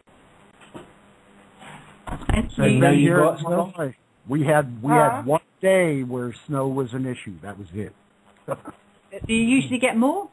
Yeah, I live in upstate New York. I'm like 3 hours from Buffalo, about 4 hours from Canada. We usually get feet upon feet of snow. Oh, right. So for us not to have any snow, I've been here in New York since I was 16. I've never not seen it snow.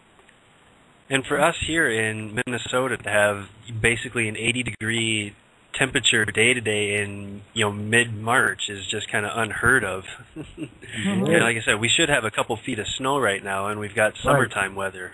Yeah, I'm about almost 80 degrees here too. Yeah. That's that microwave technology for you. I saw a video online that was shot in February in St. Louis of flowers bloomed in the grass and a honeybee in February. Yeah, the plants are all confused. Here, the plants are confused. They're already blooming and everything. They usually don't start until about June. Everything's crazy. I don't know. Yes. And it's strange about 2012, and we don't have any snow. Well, I mean, you can pretty much tell that it's the solar flares, it seems, at this point. I mean, they've been pretty bad lately, and I mean, the temperature has been getting warmer along with them. So, I don't know, I'm kind of wondering how long if this is gonna last the whole year, if we're gonna get another cold snap here soon, if they die out. Well, them solar flares are my mood has been so crazy. I had a news report on the mainstream media today about 50. Are you familiar with the flowers, daffodils? The daffodils, yeah. Yeah. Well, there was 15 million of them have gone rotten in Scotland. Wow, because that's they've come out. Yeah, in like a commercial place where they grow them. It's they've had to basically chuck away a whole year's worth of profit. Wow. Because they've just rotted because they came up too quickly. The mild weather. Oh, and then it got cold all of a sudden, or rained. Well, no, on they them just got rained on, and they've just turned onto mush apparently. I'm not putting it. I started my plants and they're growing like crap, but I'm not gonna put them out in the ground for like another month or so. Well, Ange was saying in Kansas she's just putting hers out now because it's warm enough. Because it's warm enough. Yeah. I'm afraid it's gonna be warm, but then it's gonna get cold again.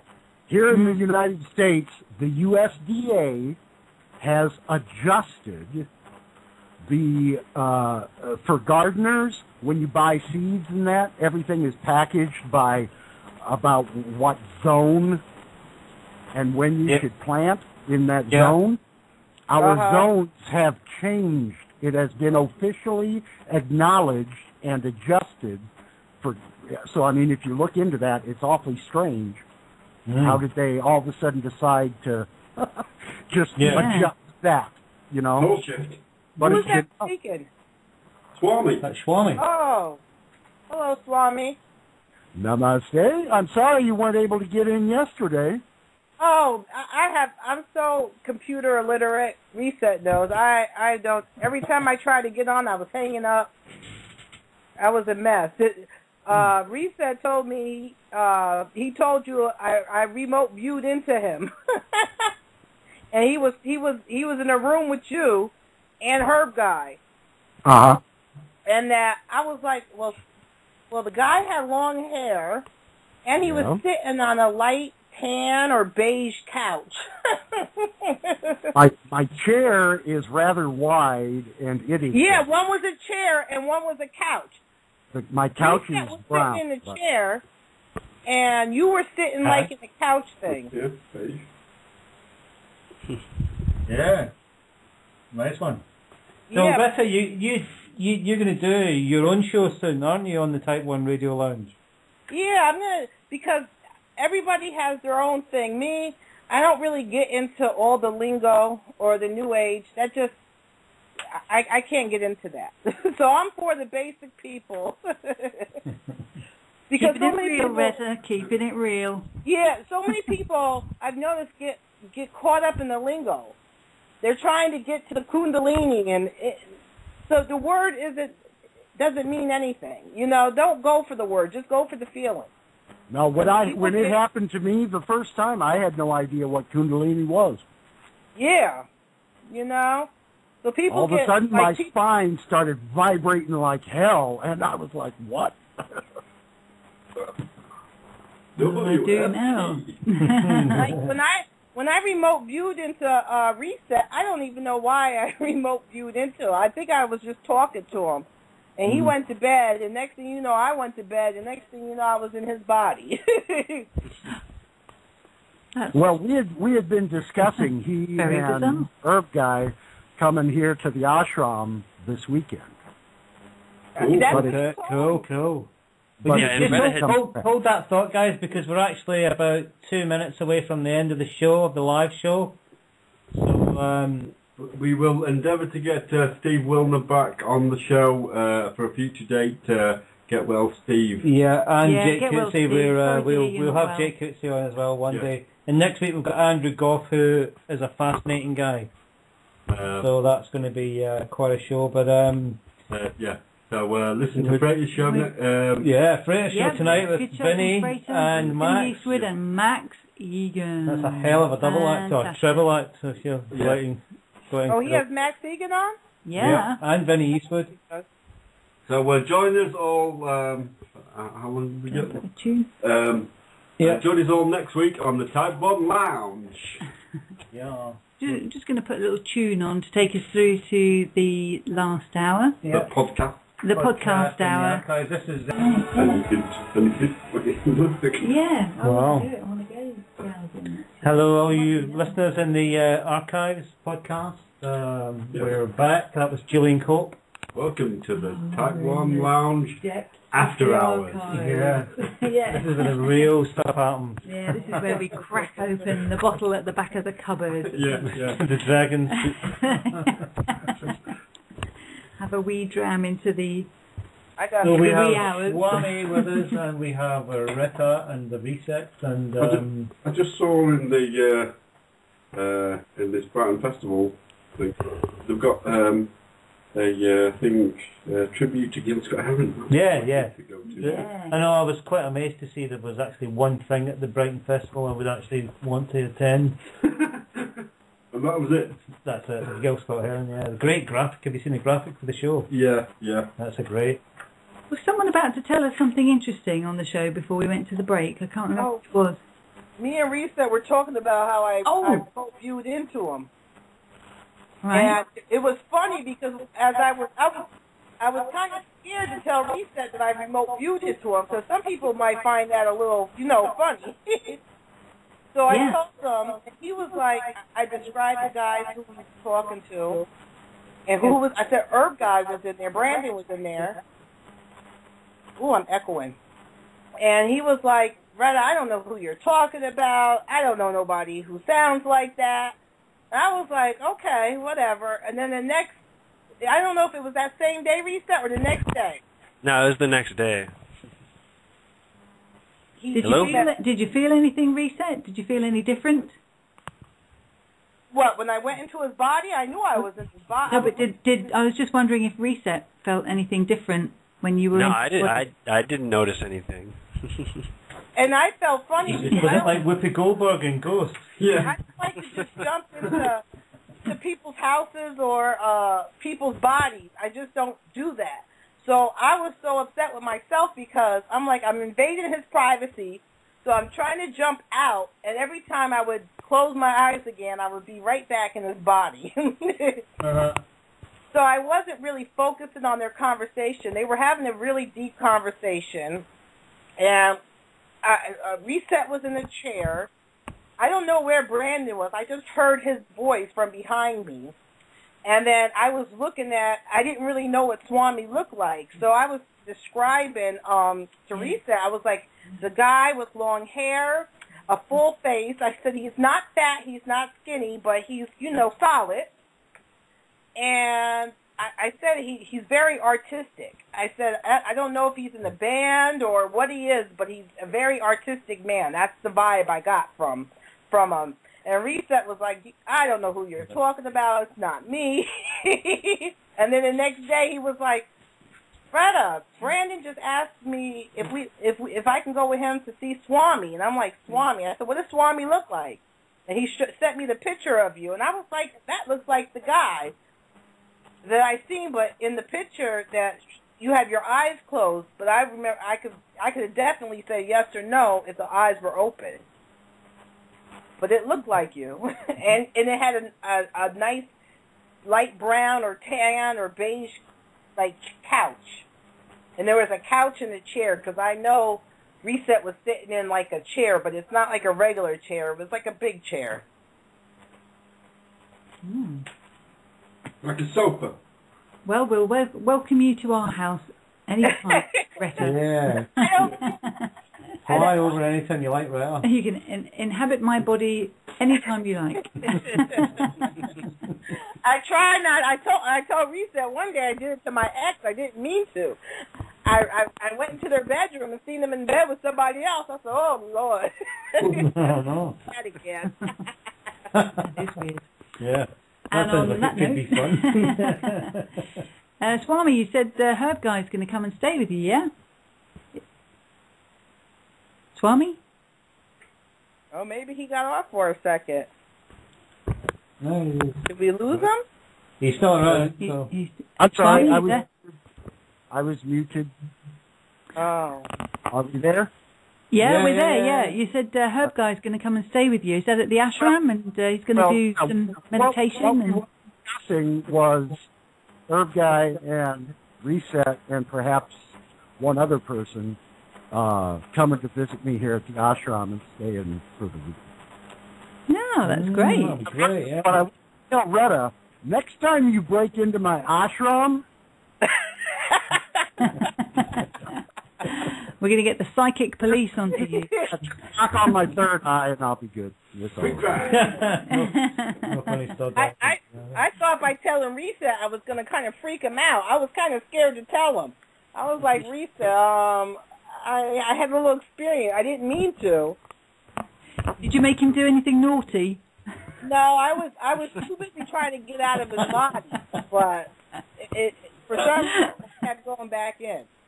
Because I'm very cautious now because sometimes I get myself in a lot of trouble. I astral project and freaking UFOs and get attacked, and so sometimes. not all fun and games, is it? Huh? I say it's not all fun and games, is it? No, it's not. That's like why I crack up when people. I have a lot of, I believe, there's the love and light and stuff, but I believe there's duality in everything. I believe just like I love my kid, but when he does something really bad, he deserves a spanking. That's just me. So people they're thinking, oh, you just do these entities that are negative in the fourth dimension. Yeah. Well, love's If not I'm in always the good. fifth dimension, you have to protect yourself and you have to fight back. And some people are just like, oh, you've got to love them and love them. And yeah, I can have respect for them, but I'm not going to allow them to harm me or anybody around, and Yeah. that's Well, what you people. can pretty much tell when someone's saying something like that, they've never been through it. Yeah, because they're like, I had a lot of discussions with a lot of people, and they're like, oh, Loretta, you just got to. I'm like, everything's in duality. I love my kids. But best believe when they did something wrong, like stole something or anything, they got their hands spanked. Not that, I'm into corporal punishment like a belt or anything, but they got their behind things. And that's the same thing. I can have respect for something, but I'm not going to allow you to, you know, that's my whole point of trying to teach people how to remote view and to astral project, is because we do need these psychic warriors on the other side. Well, all the best ones are working for MI5 and the CIA, aren't they, unfortunately? Yeah. Well, you know what's strange? Nobody, I mean, Reset knows, but I think that's what was their plan for me when I was young. Really? But I was a very honorary little kid, and I did what I wanted to do when I wanted to do it. And now that I look back, when I was in California, because I was in foster home since I was little, and I believe my mother was in some type of MK Ultra or something, now that I look back. And I remember them giving me different tests and stuff and being in rooms with all these lights, and I never cooperated with anything. Wow. I never cooperated with anything. They would ask me certain questions, and everything that they wanted me to do, I did the opposite. So I think that's how I ended up. I was never supposed to, if you ever know anything about California, I was a foster kid in their system since I was 5 years old. And one day, the judge sent me to New York, put me on a plane and sent me to New York. I didn't know anybody here or anything. And that was I think they were done with me, and they just dropped me off. Bizarre. Did nobody go with you? No, well, they had somebody get on the plane, but they just dropped you off. That usually doesn't happen if you're in the system in California, they're responsible for you till you're 18 years old. They're your guardian. Mm-hmm. So they cannot ask New York to be guardians of you. That's not how it works. Because it's a different state. They're different states. So is there no, like, federal social services over there? It was, they just, one day the judge just, and wherever, I was happy where I was living and everything. And they just put me on a plane one day and dropped me off, never asked how I was doing. After they dropped me off, like within a year, I was homeless, living on my own. And they never inquired about me or anything. Mm-hmm. And it's funny that now I have these special abilities, which everybody has, but now that I have them, I've always had them, but I never went through with them when I was young. I was scared of the feeling. Mm. So I would push it away, and I don't know. Mm. Well, it would be very interesting to hear that you're doing a show on it. Yes. I would very, very much like to listen to that. Yeah. Yeah, the very first time I had my astral projection, I freaking astral projected all over the planets and went to the sun, and the sun wasn't really the sun. Everybody thinks to me, when I went there, it was people there. It was spirits there. Mm-hmm. And it wasn't hot. Mm-hmm. The sun wasn't hot. It's not what we think it is. No, I don't it's a know. gateway. Did you astral project? No, because astral projection requires individuation to hold the astral body. And if it happens, it's not me. I'm not thinking about doing it. It can occur. I interact with people astrally, but I don't think to do it. I don't know how else to say it. It happens, but I don't try to do it or anything like that. It's been going on for a long, long time. I never knew what it was before. It happens for me. I know when my body, and that's what I think what's going on with everybody right now. And people, nobody can sleep anymore. Everybody is claiming they're exhausted. Nobody can sleep. Everybody's up all night. A lot of people can't sleep. And I think that's the way, whatever, the universe, the God, is trying to get us to go into the astral plane. because around 3, 4, 5, 6, sometimes 7 is when your body goes into the astral plane. At that time, anytime after 3 o'clock in the morning. In our tradition, it's customary and preferable to do your meditation in the morning between 4 a.m. and 6 a.m.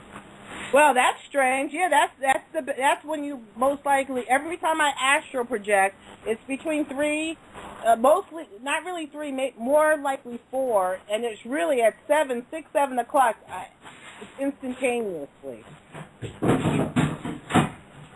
And it's usually when I'm very tired. Mm-hmm. I'm very tired. That vibe,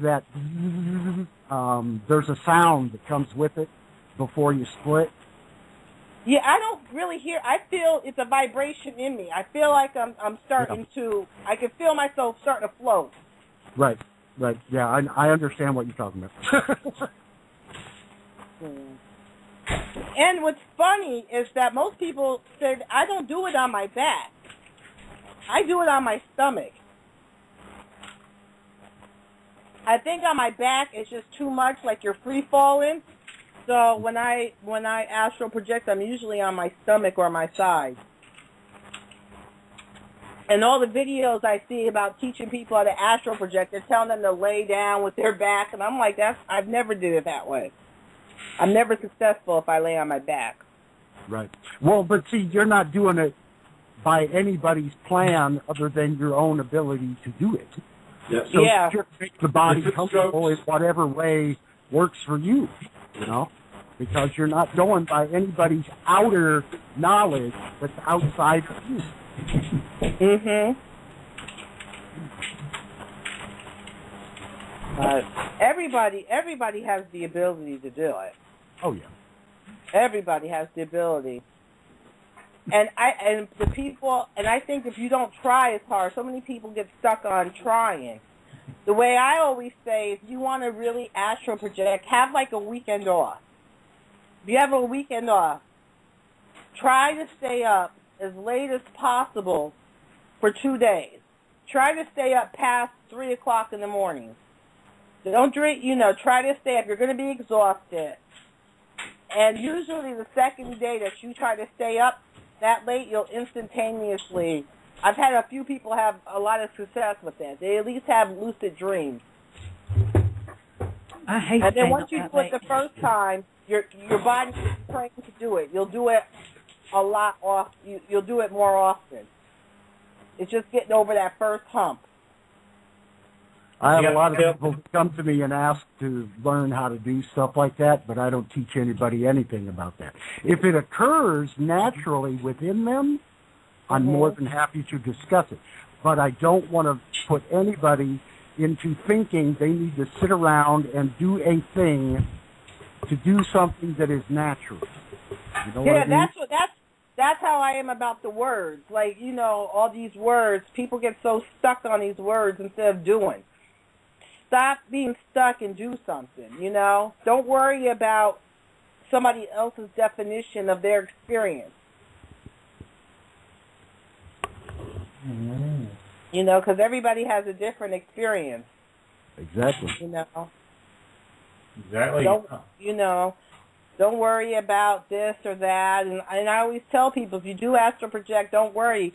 You're not going to float away. Nobody, if you do see something negative, they can't harm you. You cannot get harmed. In the astral plane. That's why I said, that's why personally that's one of those details that becomes a detour. People start playing with that and they don't go for, they can access the source. So don't play with that little shadow figure in the astral world. Go to the source. Then you understand. What's crazy is that you don't even realize. I mean, if you really look, you have a body. You look just like yourself, but you don't really think of that. In the astral plane, it's like everything you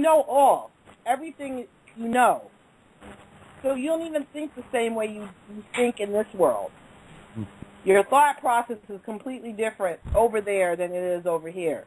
Right. And then the people who try to go about some sort of, technique for doing it are going into it thinking with this mind and trying, and it just doesn't work. Well, what I have to do now is I want to do too much. So that's my problem now. I got to stop. I want to do, I'll be in the middle of doing one thing, and then I'll switch and want to do something else, and then do something else, and it's like, I got to stop. I got to stop trying to do 7 different things at the same time. Yes, but let me just tell you something real quick that I can tell you because you experienced this stuff. This is an opportunity for you to relax even deeper into the situation and find that you are all those things happening at once. You're not one amongst 7 different things going on. You're all of them happening right now. I think I've noticed that, and I'm different people too. You're not just this one person. Oh no. I'm like I jumped into. I went to the Hall of Records. I can't even pronounce what the word is. What's the Hall of Records? The Akashic Records. I went there, but it's like everybody describes it as different. Mine looked like a regular library. It was. So I went in there, and you have to ask them a certain way. They were young guys behind the thing, and you have to ask them what you want a certain way. And so they brought me a book, and that's not what I was looking for. And then I asked them a different way, because I really wanted to see if I was around during the Egyptian time or anything like that. I really wanted to see, but I wasn't seeing what I wanted to see. So what they did. They must have said, I got you. They put me in, I went into another body of my own. And it was another girl, and she was younger. And I was in some type of projects or something. I was a black girl. I was thin. I had a ponytail. And they just it was a bunch of girls, like a girl gang. And they just committed a crime. And when I jumped into her, they were running from it. But she was me, and I was her. See, I was talking about that very thing yesterday during my show, talking about in meditation, you can find yourself in another body that is not this one. Mm-hmm. And you're seeing through those eyes, thinking those thoughts, but it's not this one. And I also can double. When I got attacked by the tall gray white, I watched them attack me. I astral projected again. And I was watching it, experiencing what they were doing to me at the same time I was watching them. Right. It was the strangest thing ever. I was in 2 places at the same time. Right. In physicality, that's a yogi thing called bilocation, where the master can be sitting in the ashram meditating and then be seen hundreds of miles away by somebody else. Well, that's like Paul McCartney, isn't it? Huh? Yeah. I'm sorry. Yeah. Well, and that's how come I tell those grays, they were hybrids. They looked like the grays sort of, but they had these deep blue and green eyes. They were the deepest blue and green eyes I've ever seen. And they had expressions on their face. Like they could make expressions, not like the ETs that they show you here. These ETs, they kind of look like us, but look like grays at the same time. Mm-hmm. They had the elongated head, and they were tall and thin. A bit like Avatar. And that's why I think those big black things are not their eyes. Those are sunglasses, because their eyes are like green, like a green and a blue. Like it would be sensitive to the sun. Mm. Yeah, I've heard that they're sensitive to light as well. And radiation. Yeah. And urine. Huh? Really? Yeah. Like Do you not remember what's his name? I know that guy. I can't remember his name though. Did the thing with David Icke. Yeah, Fatwa. No, Credo Martyr, yeah. He said he peed on the Greys once by accident, and they were screaming for about an hour. Ouch. He peed on one. Yeah, he peed on them. They were doing an experiment. He got abducted, and he was in their craft, and he was naked, and they were doing experiments on him. And when they put a probe somewhere, he peed, and covered two of these Greys in the pee, and it absolutely burnt them for an hour. They screamed, he said. Wow, I accidentally jumped. I was being nosy. You know what they say about people being nosy? I was floating around Jupiter. I went to Mars. I went to the moon. And then as my travels, I seen this big gray oval, like this big metal oval thing. And it was huge.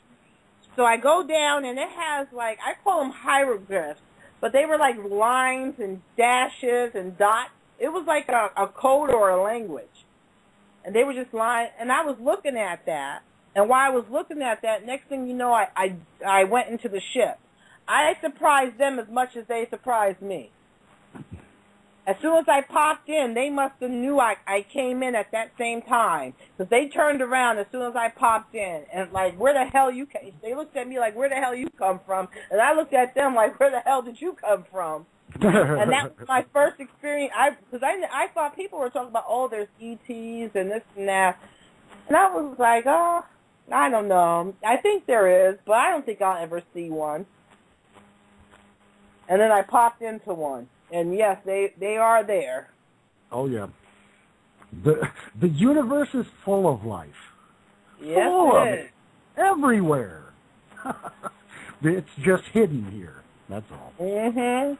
And I think that's what the chemtrails are doing. I think they are covering our skies. I kind of think like Carrie does, so we don't see what's going on up there. Yeah, I think you're right, Retta. Mm. I think there's a lot more ships and stuff above our atmosphere that if our skies were just as clear, because even at night they're freaking spraying them. I mean, what's the Trout Lake dude? What's he called? James Gilliland. Yeah, the ships going over his place all the time. Mm. There's an amazing scientist. She reminds me of Judy Wood in some ways, but she's an Italian. I don't know if she speaks English or not, but her work is amazing. Her name's Giuliano Conforto. And I like your name. Yeah, it's like Gillian Comfort, but you pronounce it Giuliano Conforto. And she's got amazing stuff that she's coming up with about the Earth and the magnetosphere around the Earth, and how this provides this shield which we can't actually see through. Like a Taurus, isn't it? Yeah, yeah, that's it. Yeah, and it's like an apple as well. If you slice an apple, which is why I think you get these references like to the Big Apple. I think that's what it. Well, it's just my little idea anyway. Stargate. No, because the Big Apple is Earth, and the magnetosphere around the Earth, it looks like an apple chopped in half. Yeah. Because you've got the Earth in the middle, and then these two things going round the side. Could be the big tomato, but I'm going with the Big Apple. There's one thing I kind of been. Everybody I know who astral projects, or people I've talked to, we all have the same problem. All of our backs are killing us. We all have fibromyalgia. And it was funny because George, what's his name? George, you know, he's from Australia. Kavakis?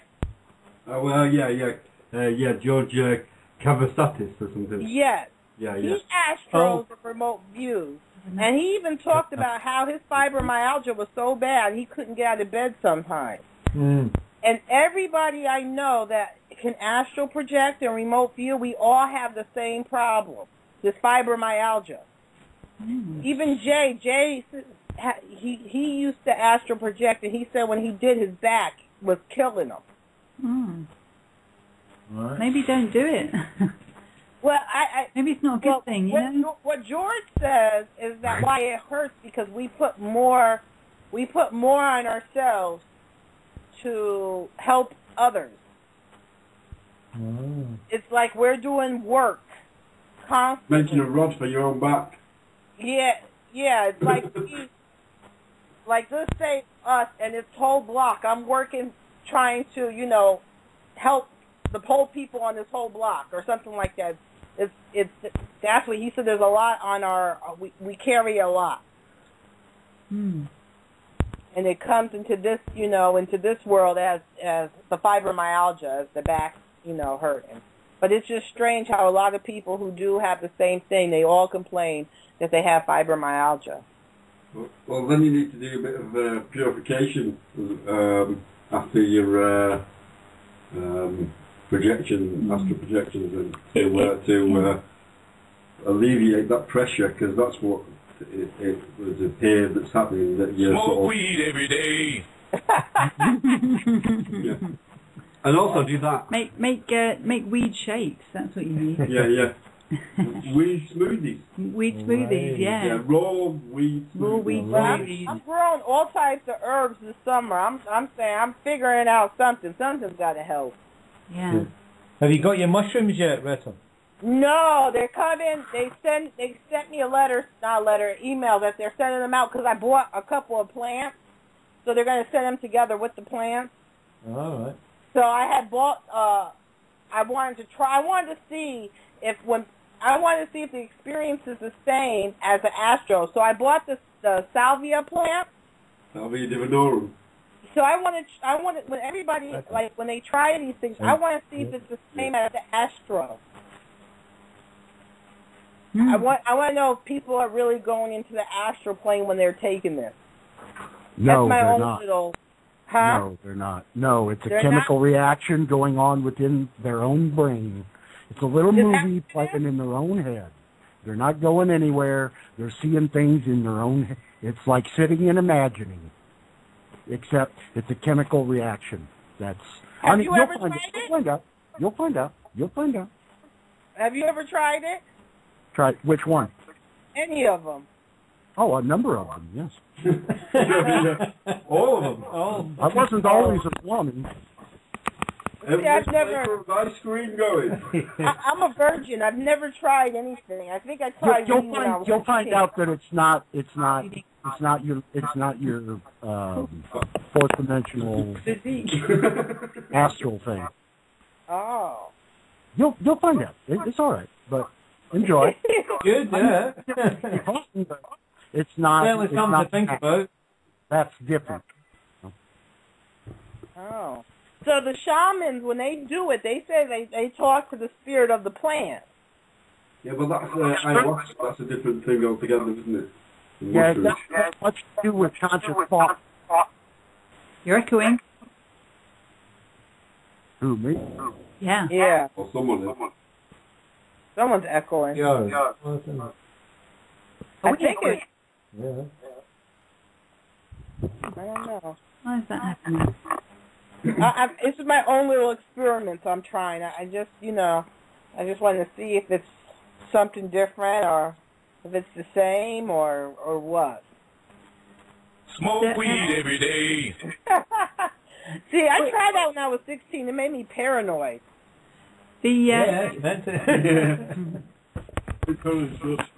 what you were talking about there, Retta, about the fibromyalgia in the back as well. I remember a psychic talking many years ago. She was talking about she was getting back problems as well. For real? It was to do with when she was using her hands for healing. Her hands. Oh, what was that? Oh, I don't know. And it was causing because this heat thing was coming through her hands, and the healing that she was giving was causing electric pulses through her spine and causing Retta, the spine. the echo's coming from you.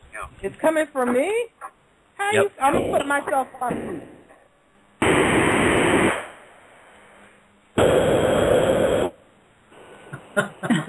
Turn that heat burner off. Yeah. Put that Are you in flamethrower on. Put the flamethrower down and get out of that balloon. Apex Twin.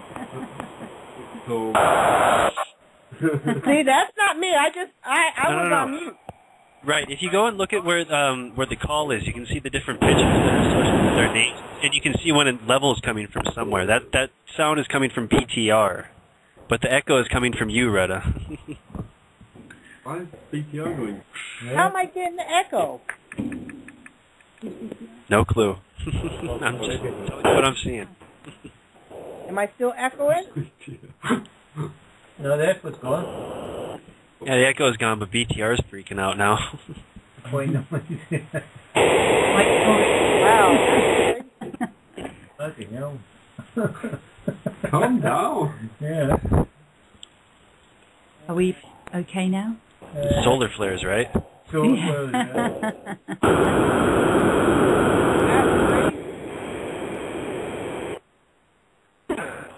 Sounds like the War of the Worlds or something. Yes. Oh. Oh, need some overtone chanting again.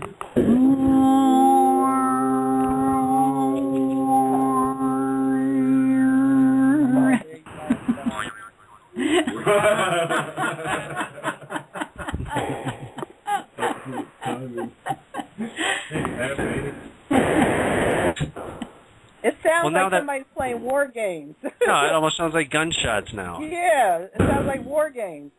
Hey, do you think it's Alex? Should we phone Alex Putney? See if he's got any take on these noises. Yeah. Oh, that guy from Coney 2012 bug out today? Heard about it. I What was haven't that? seen anything. Well, it's all over Coney 2012. I guess, first of all, I think it's the another Coney. plot. You know, these documentaries. Yeah, but the guy that in the middle of LA, I don't think they want us talking. naked, like bashing the ground. Really? Yeah. Find it late? Yeah, the director of it. Yeah, odd. How bizarre. That's a breakdown, isn't it? Yeah, he was butt naked. They charged him with masturbation. In a public place. And his wife says he doesn't take any drugs or anything. But the people in Uganda are very upset with this video. They're saying that they've been misrepresented.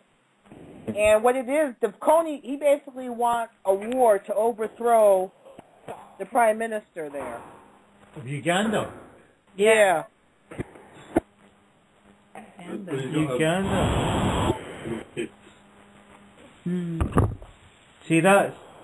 But then they want the film basically to get American troops in. Yeah, the solution in this film is that we need to have all these people coming together to... Uganda's been completely gifted with organite. It's completely sort of...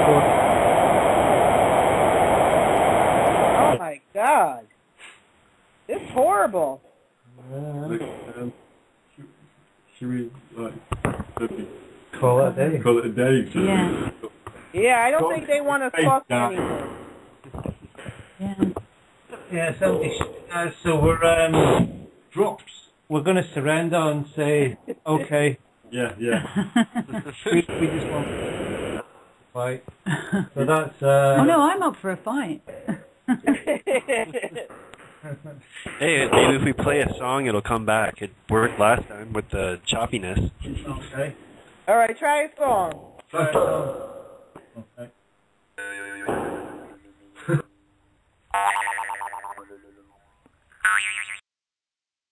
Oh, You guys are trying to make me lose my mind up in here. that was What was that? cool. Yeah, that was great. That was Well done, amazing. reset that. What was that called again? We really enjoyed that. We were dancing like mad. The Yeah, that was, I thought it was like chalk on the blackboard, scratching. You guys are trying to make me lose my mind. that was that artist Shu D again. I guess it was a Comus solo. Then in parentheses it has Jaws harp solo. So it was someone basically just playing a Jaws harp doing a solo. Well, probably has A wobble board. Wobbleboard and a ditch. I don't Well, know. it seemed like it worked. You might have aggravated the powers that be that Yeah. up there in the satellite. Power of the heart, man. Yeah. We cannot fight this. yeah. We surrender. We do not understand love. Ah, we have many powers here at Type 1. The power of the Jews Hall. Wow. Where is everybody today? It's St. Patrick's Day, isn't it? Doing Steve Oh, Willner got everybody's pneumonia. having a Yeah. drink. Yeah. I'm sober this St. Patrick's Day. Lord, I have some tequila downstairs. I might have to have a drink. I haven't been drinking for ages. Oh, me. It's not really. I mean, it's not that big on here, is it? It's not as big as it I is. made cabbage and corned beef the other day. Oh. That's as far as St. Patty's I went. Cabbage and bacon, now that's Irish. Cabbage and corned beef sounds. It was good with You some potatoes in There's it. two vegetarians there. Yeah. Oh, I forgot you were vegetarian.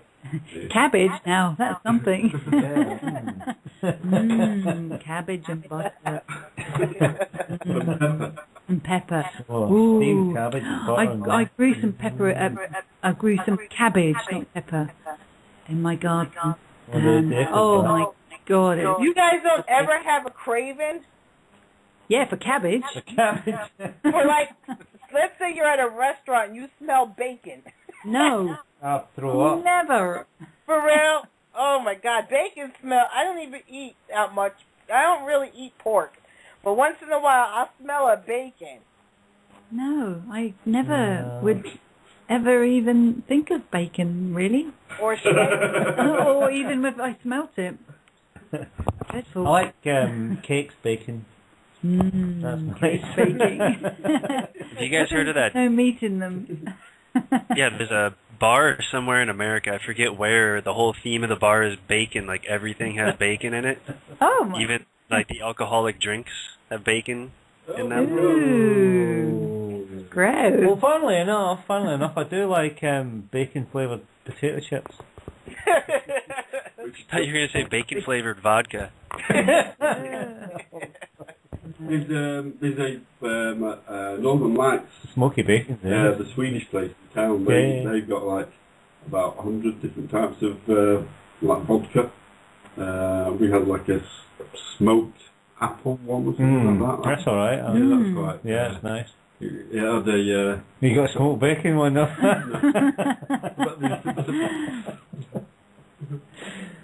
Come on, Northern Lights, give us your finest smoky bacon vodka. Well, smoked whiskies are nice. Yeah. Really nice. Oak Oak smoked whiskies, yeah. Maple bacon is quite nice. Well, is that bacon with maple syrup on it? Yeah, it's Well, good. they cured bacon. Oh, right, like a sweet smoke ham or out, Jim? something like that. Huh? Like a sweet Oh, I don't like ham. Yeah, Ham yeah, is a little yeah. too far. Sweet ham. I don't know why I'm going. I'm just going. Cabbage. I like vegetables. Sweet potato. Sweet salad. potato with We got, butter and pepper. we got sweet potato. With some boar sausages and some pork. But so you need it both. See, sometimes people when they become a vegetarian, they're like, oh, but to really, you need both. Your body needs to level out. My sister is 25 and she's never eaten meat in life. She's 5'11". Yeah, she gets everything that she needs. I haven't eaten meat since 1985. So that's 27, is it? And doing a detox, like 30 years later or whatever, 25 years later, sometimes, well, actually, I did a detox about 10 years ago. What do you do for your detox? Oh, we spoke Master about cleanse. we spoke about this a couple of weeks ago on the show. It's a master cleanse with And then they found out lemon that juice was to do with the tablet. and lemon juice and natural tree syrup and cayenne, and you do it for 10 days. And you drink salt You water. don't eat anything? No. No. Oh. And you take laxative teas and you drink salt water in the mornings, and you basically do a 10-day flush of your system. Anyway, you were... Anyway, having not eaten meat for like over 20 years, I did one once, and I'm sure I passed something that looked like meat one time. And that's true. Mm-hmm.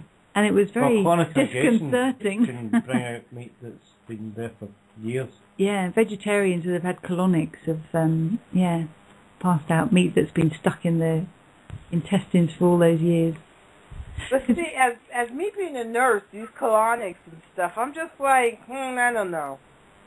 I've done colonics. People don't realize Right. the danger about putting fluid up in your intestines. Your intestines is the quickest absorbing thing in your whole body. Like when we do, like when I give somebody an enema, sometimes there's a 1,500 cc enema. It's very dangerous. We have to monitor how much is coming back out. If 1,500, but that's because it's got pharmaceuticals in it. If you're just using... No, when we do it, we just use castor oil, which, right, which okay. is soap, castor soap. What do you call it? Castor soap. Castor oil, yeah. Yeah, we use that and warm water, Mm. and we shoot it up there, 1,500 cc's. I had it happen to one of my patients where it went up, and it wouldn't come back out. I had to call 911 and get him to the hospital because he was overloaded on fluids, because that can cause you to go with instantaneous congestive heart failure. Huh? It's penny oil. You guys got to be careful with that.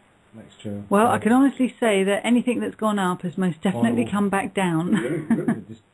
I've never ever heard of that happening. Yeah, and that's so why we have to monitor. Like us, if you talk to a nurse, we do enemas, and when we do the 15,000 cc enema, we have to make sure that they're expelling it, because some people. Why would you be doing that to someone though?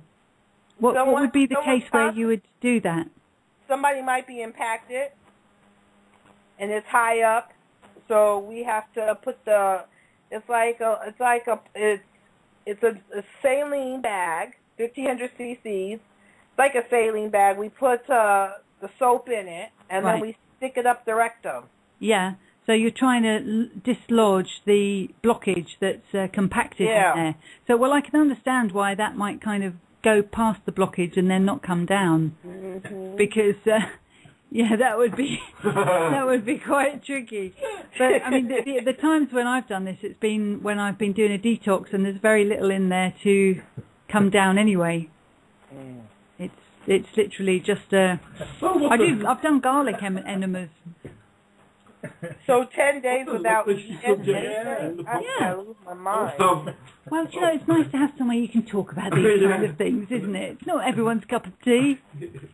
Well, what's funny is that the nurse and me, we're interested in poops and peas. That's our job. We got to know how. That's the first thing when you go to the hospital or a doctor's office. They'll ask you, when was the last time you had a BM? And how was it? What was the consistency? And it's funny when patients get to a certain age, they obsess about their bowels. Oh yeah. Older people, they are obsessed. If they don't have a poop every day, something's wrong. Yeah, well, that's a good thing to be in touch with.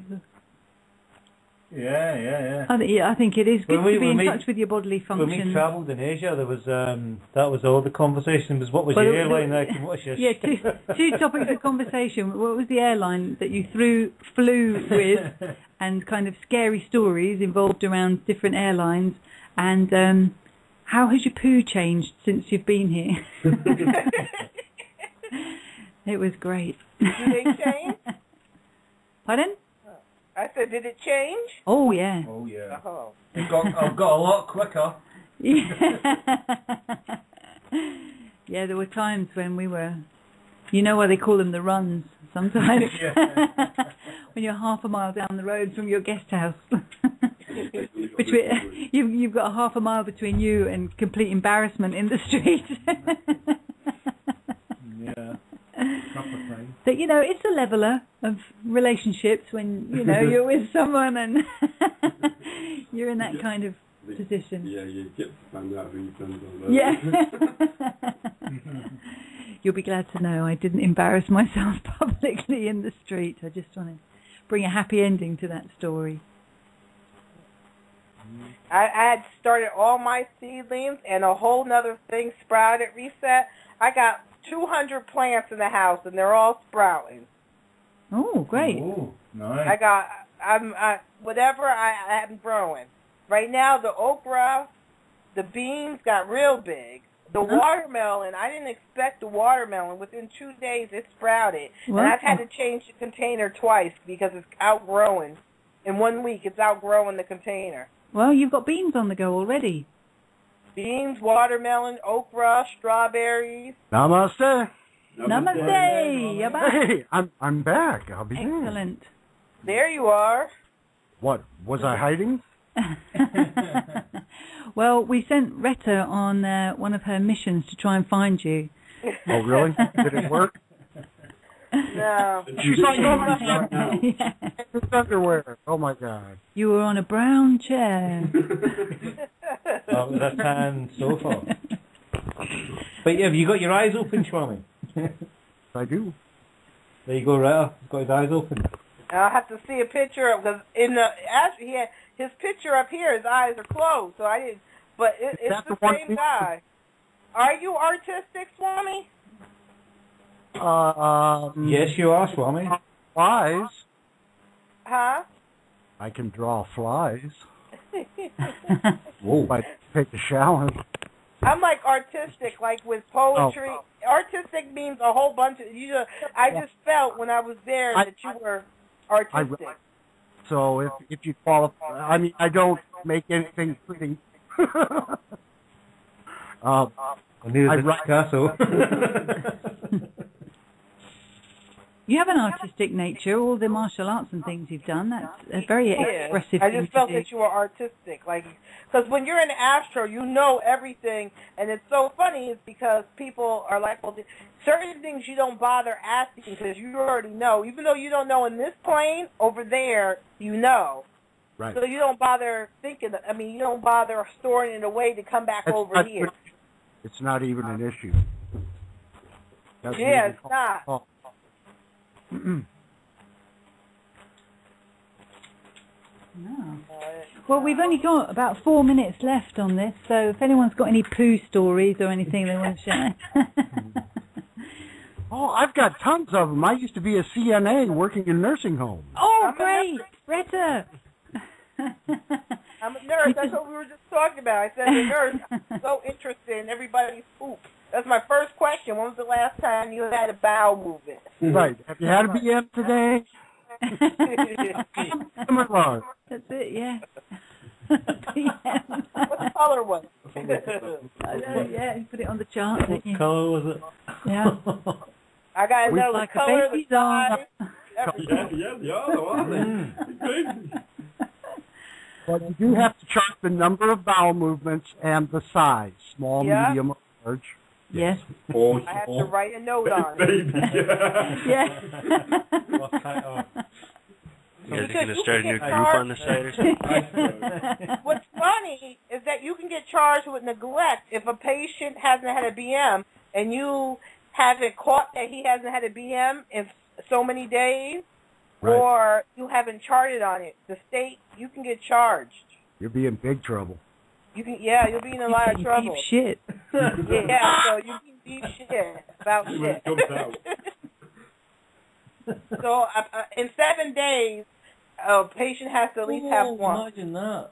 How Yeah. ratty would you be after 7 days? And if you don't have one after 7 days, I have to start giving you stuff like Milk-A-Mag and, enemas and stuff like that. But old people, they don't eat so much, so, and their systems tend to be slow. Let me tell you, I had some old people that when they use the bedpan, they have like, I don't know what they ate, an elephant or what. Yeah.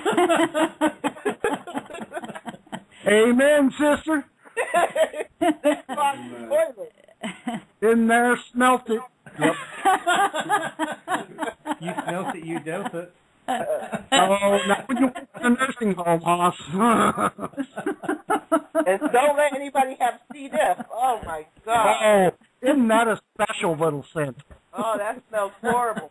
Yeah, someone who's got C. diff. Oh. This You is should the have Type seen 1 when I Radio Lounge. OBGYN. I felt bad. Who corner?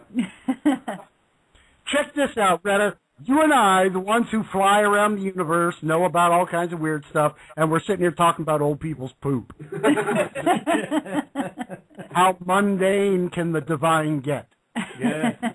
Well, I did actually read a book years ago by a guru, and it was entitled "The Way Is he a to."